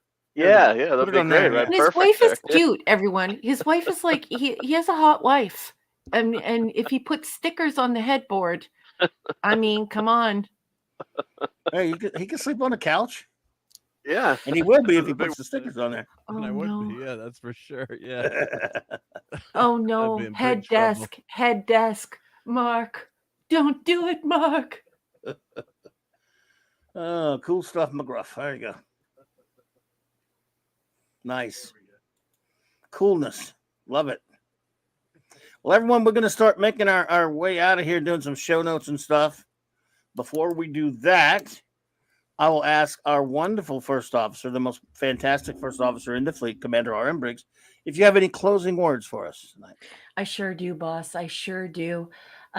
First thing I want to do is I want to thank each and every single person who showed up here tonight and added to this conversation. Each and every one of you is a dynamic, wonderful human being. You are wonderful conversationalists. You guys were just cooking the chat tonight. It was so good. I loved all of your reviews, good and bad, your enthusiasm, your friendliness toward one another. I'm so proud to know all of you, and that we assemble here as the 735 Club as clobberers, and that, we're Clubby's crew. And so I just want to thank you. I read every single thing you say, and Claudia and I and Mark, all of us, we appreciate you so much. Without you, we are nothing. This show doesn't happen if you're not here to bring your magic. And each one of your personalities is just, it's outstanding. I love you guys so much. I also want to thank the Wrenches. The Wrenches are unsung heroes. They're the unsung heroes of YouTube. And I'll tell you something. We have some of the biggest wrenches in the business. They work for the big guys, the popular guys, the guys with, millions of hits. But you know what? They're loyal to us, and they show up here and they talk to us, and they interact with our chat, and they take care of us. They help produce this show. They help to promote this show. They're pretty outstanding people, and they don't make any money. They do this because they're our friends. And so I want to thank everybody in the chat for respecting our marvelous Wrenches, and to our Wrenches for the job that they do in making all this happen. You're a part of it. Thank you so much. I want to thank Mark, such a great friend, our chief engineer. He's always there for us. We just love you so much, Mark. And thank you so much for sharing that stuff. And I want to thank you, Clubby. Clubby, you are the grand poobah of all of geekdom. You are one of my favorite human beings in the whole wide, lonely, weird world. You're fabulous. Thank you for creating this space for us so that we can all come together and we can all shoot the breeze and we can all laugh and cry and commiserate and do all the fun things we do here. We would not be able to do this if it weren't for you. And so I just want to say to you that I love you very much. And I want to thank you for this space, for this time, and for this cool format. You're the best, baby. Mwah. Oh, man, I'm blushing. And you know that. By the way, Cinema Gulp, welcome. And thank you for those kind words.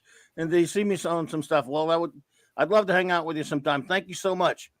Well, thank you. Number one, you're the best. I don't know what to say to all that. You're just too kind. And you're the best. So we make this show happen. There would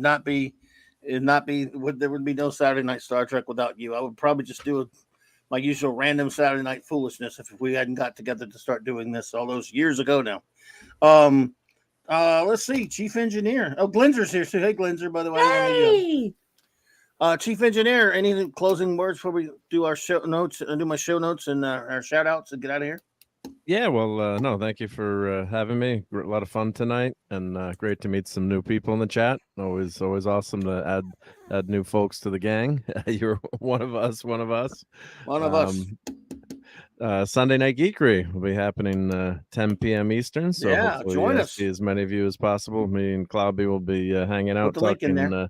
I shall put the link in there. I just put the Discord link in too. So if anyone wants to hang out with us on Discord.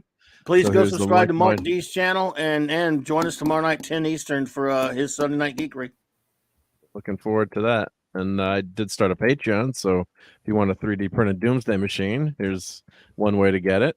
So check that out too. But and I'm putting Raquel's Patreon in, so everyone go support Raquel on Patreon. Buy her book or send her $1 a month, whatever you can do, if possible. Things are tight and inflation is hitting everyone. I saw gas was going up again on the throughway tonight driving around. Right. But hey, summertime is coming, I guess. But hey, if you can support Raquel, that would be great. And read her short stories; they're awesome, and I think you'll enjoy them. So. But thank you. Yeah, that was fun time tonight as always.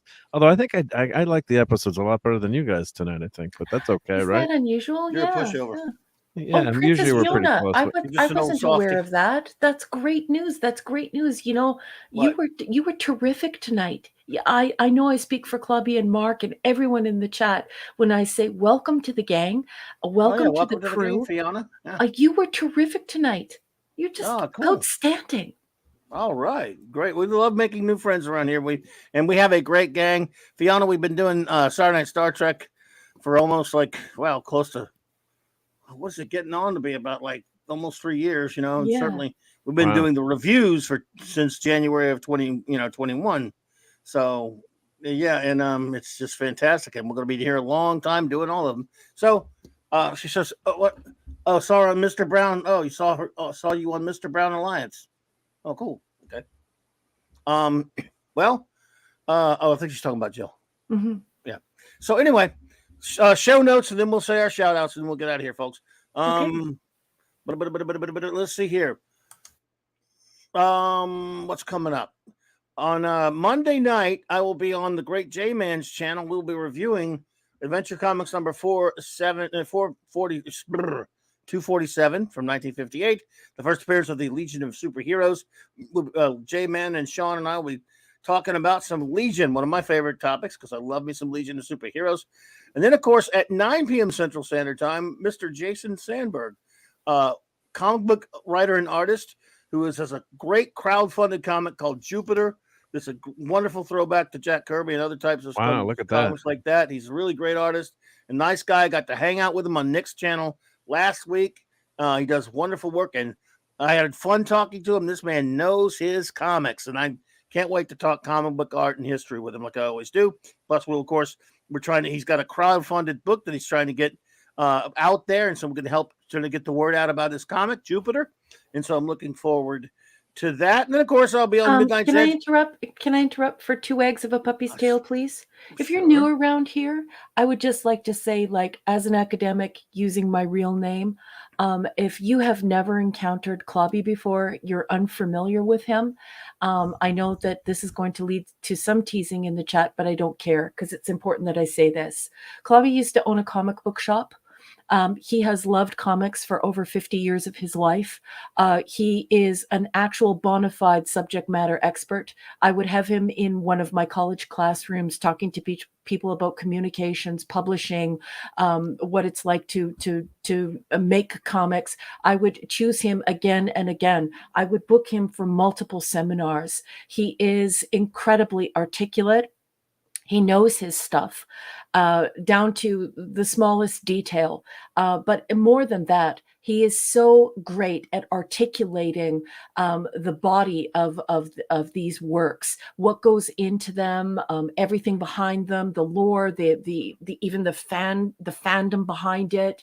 If you're new to Clobby, and you're hearing all of these show notes about what he's got coming up, and you love comics, you need to understand that I fully endorse Clobby as a bona fide subject matter expert. He should be teaching classes on this stuff. He should be holding seminars at the local college where people are studying fine arts and studying to make comic books and stuff. So please give his shows a try.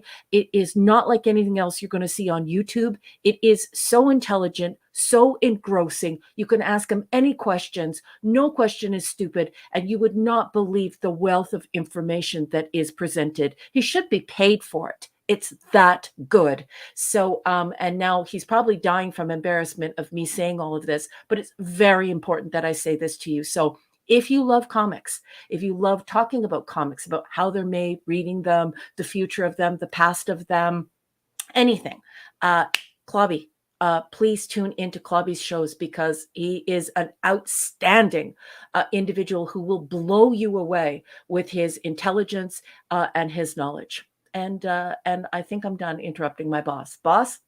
It's clobbering time! Where were I?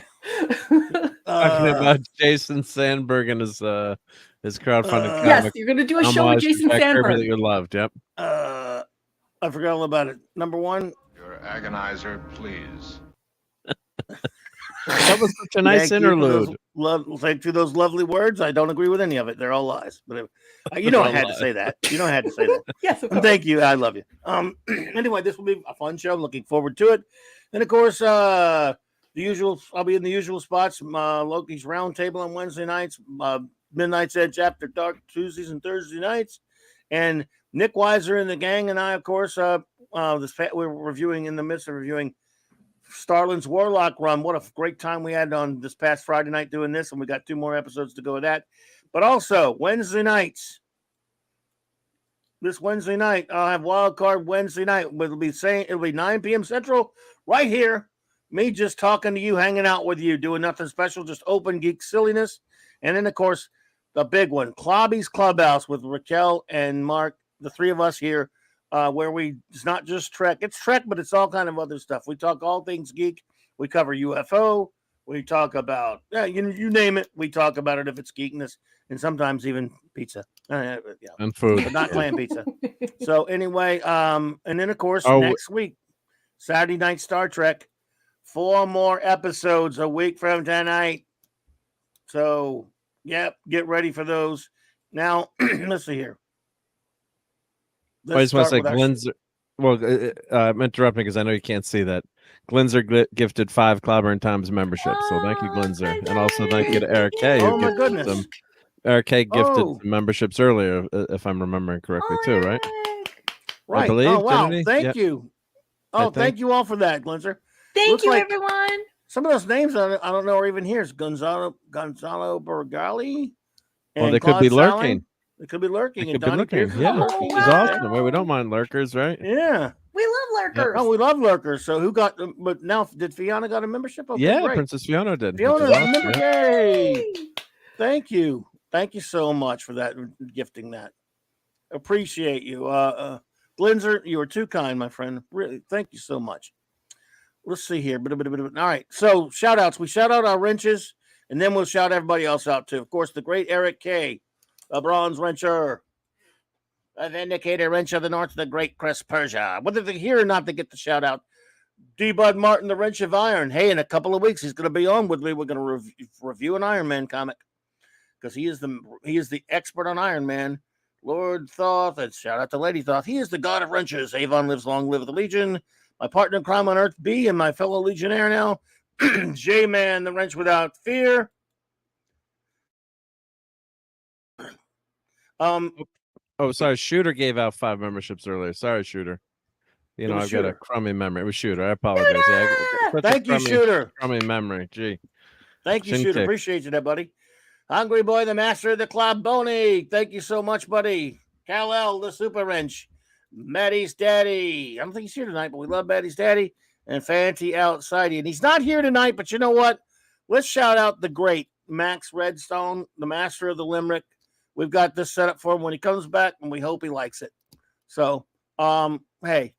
And, of course, our friends who are here with us tonight. Everyone gets the shout out when they show up and when we exit on Saturday nights. So here we go.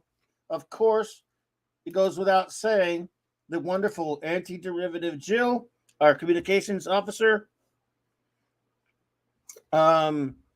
Shooter, thank you so much, Shooter. Let's see here. Raymond Feliciano and Sandra Feliciano, King Dolphin TV in color. Lemon Pie, Mr. Angel, thanks for all you do, Chef. JT Kirk. Let's see here. Starships of Greatness. Admiral Teal was here tonight with us. Hey, look who just popped in. Tony Stark. All right, that's Stark of Iron. Hey, Stark of Iron. Hey, cutie patootie. I called you out earlier. Yeah, good to see you, buddy. Just in time to get shouted out. Let's see here. Who else? Again, our new friend, the wonderful, lovely Princess Fiona. Fiona, it's great to see you. Great to have you here. Welcome to Clobbering Times. Let's see here. SP4H. Gwagnar. Let's see here. John Shruggy Rubus. Matt G. Ptolemy's Minion, and of course the Pepperoni. Let's see here. Blunt Philly Reviews. D-Bob. Simply Steve. The lovely Lisa. There you, Lisa. The great enigmatic Drop Bear ED. Great to see. Thank you for all you do, man. I appreciate you. Dad Man and the Dad Man Clan. Mrs. Dadman, and everyone else there. Good to see you, buddies. Dave G. Sound, Captain Infinity and Beyond. Snail Messiah, thank you so much, Snail. Mrs. Scuba Pete, say hello to the great Scuba Pete for us, Mrs. The Thing, clobber on, buddy. Let's see here. Lieutenant Crittenden, Brian Hepburn, Keely Chow, Roll Tide. Let's see, what was it? Bunky Jeebus. I wrote it wrong. Sorry. Tim Hayes. All right, buddy. Canadian Spider-Man does what a Canadian Spider can. A Midnight's Oblivion. Masters Maniac Mexico MMM. Herc 130 Hooby Dooby. DJ Ronnie G, my friend. Hey there. Thank you. The wonderful Katie Dax. Michael Beacom. Shout out to Cassandra, Michael. Lady Mist. Lovely to see you. It's Courtney, our lovely friend. Can we stop on that for just 1 second? Courtney, I saw everything that you put in the chat tonight when you were talking to everyone. And I just want to say how flattered Clobby and I are that you listened to us in the car and that you listened to the whole show. Oh. And you couldn't participate in the chat, but you're listening to us like we were a radio program. That's really special, and it's a really beautiful thing. And don't ever feel like you have to participate in the chat. But I just want you to know how much we appreciate that. And it's really cool to know that you're out there listening. You're the best. Thank you. Love you, Courtney. Hope we get to talk to you soon over at the Geekery. Dadman Walking for the 199 super chat. Thanks, says y'all are just amazing and special people. Right back at you amazing and special friends. Agreed. Thank you so much, buddy. Glenzer, thank you. Cinema Gulp, nice to meet you. Thank you for popping in. He knows me from Midnight's Edge, and again, Stark of Iron popped in. So that's everybody that popped in that we know of. I want to thank you all. Boss, Michael just sent you a gift. Cassandra and Michael sent you a present. It's in the chat, boss. Thank you so much, Michael Beacom from Cassadine. Thanks. Be seeing you, my friend. Love you guys. Shout out. Oh, look at Katie saying. And don't forget Dadman. Did you say Dadman? Yeah, we got Dadman. Yeah. Oh, sorry. Signing out, friends. Love long and prosper. I love you, Katie. So good. Thank you so much, my dear. Have a great time with Swan Lake, honey. Kick some major butt with Swan Lake. We're very proud of you, sweetheart. Yes, indeedishness. Everybody out there lurking, thank you so much. We really appreciate you lurking out there, and everybody out there who is listening on a download or a rewatch, whatever you call it, a restream. Thank you. I cannot thank you enough. Big shout out to you all. Thank you. I'm probably had other things I wanted to say that I'm already forgetting to say. But we appreciate you so much, everybody. And now, of course, we'll play you out with this message and then some our wonderful end credits, all courtesy of the greatest first officer ever, the wonderful Commander R.M. Briggs. Clobber on, everybody. Have a great remainder of your weekend and a great week ahead. Clobber on and trek on.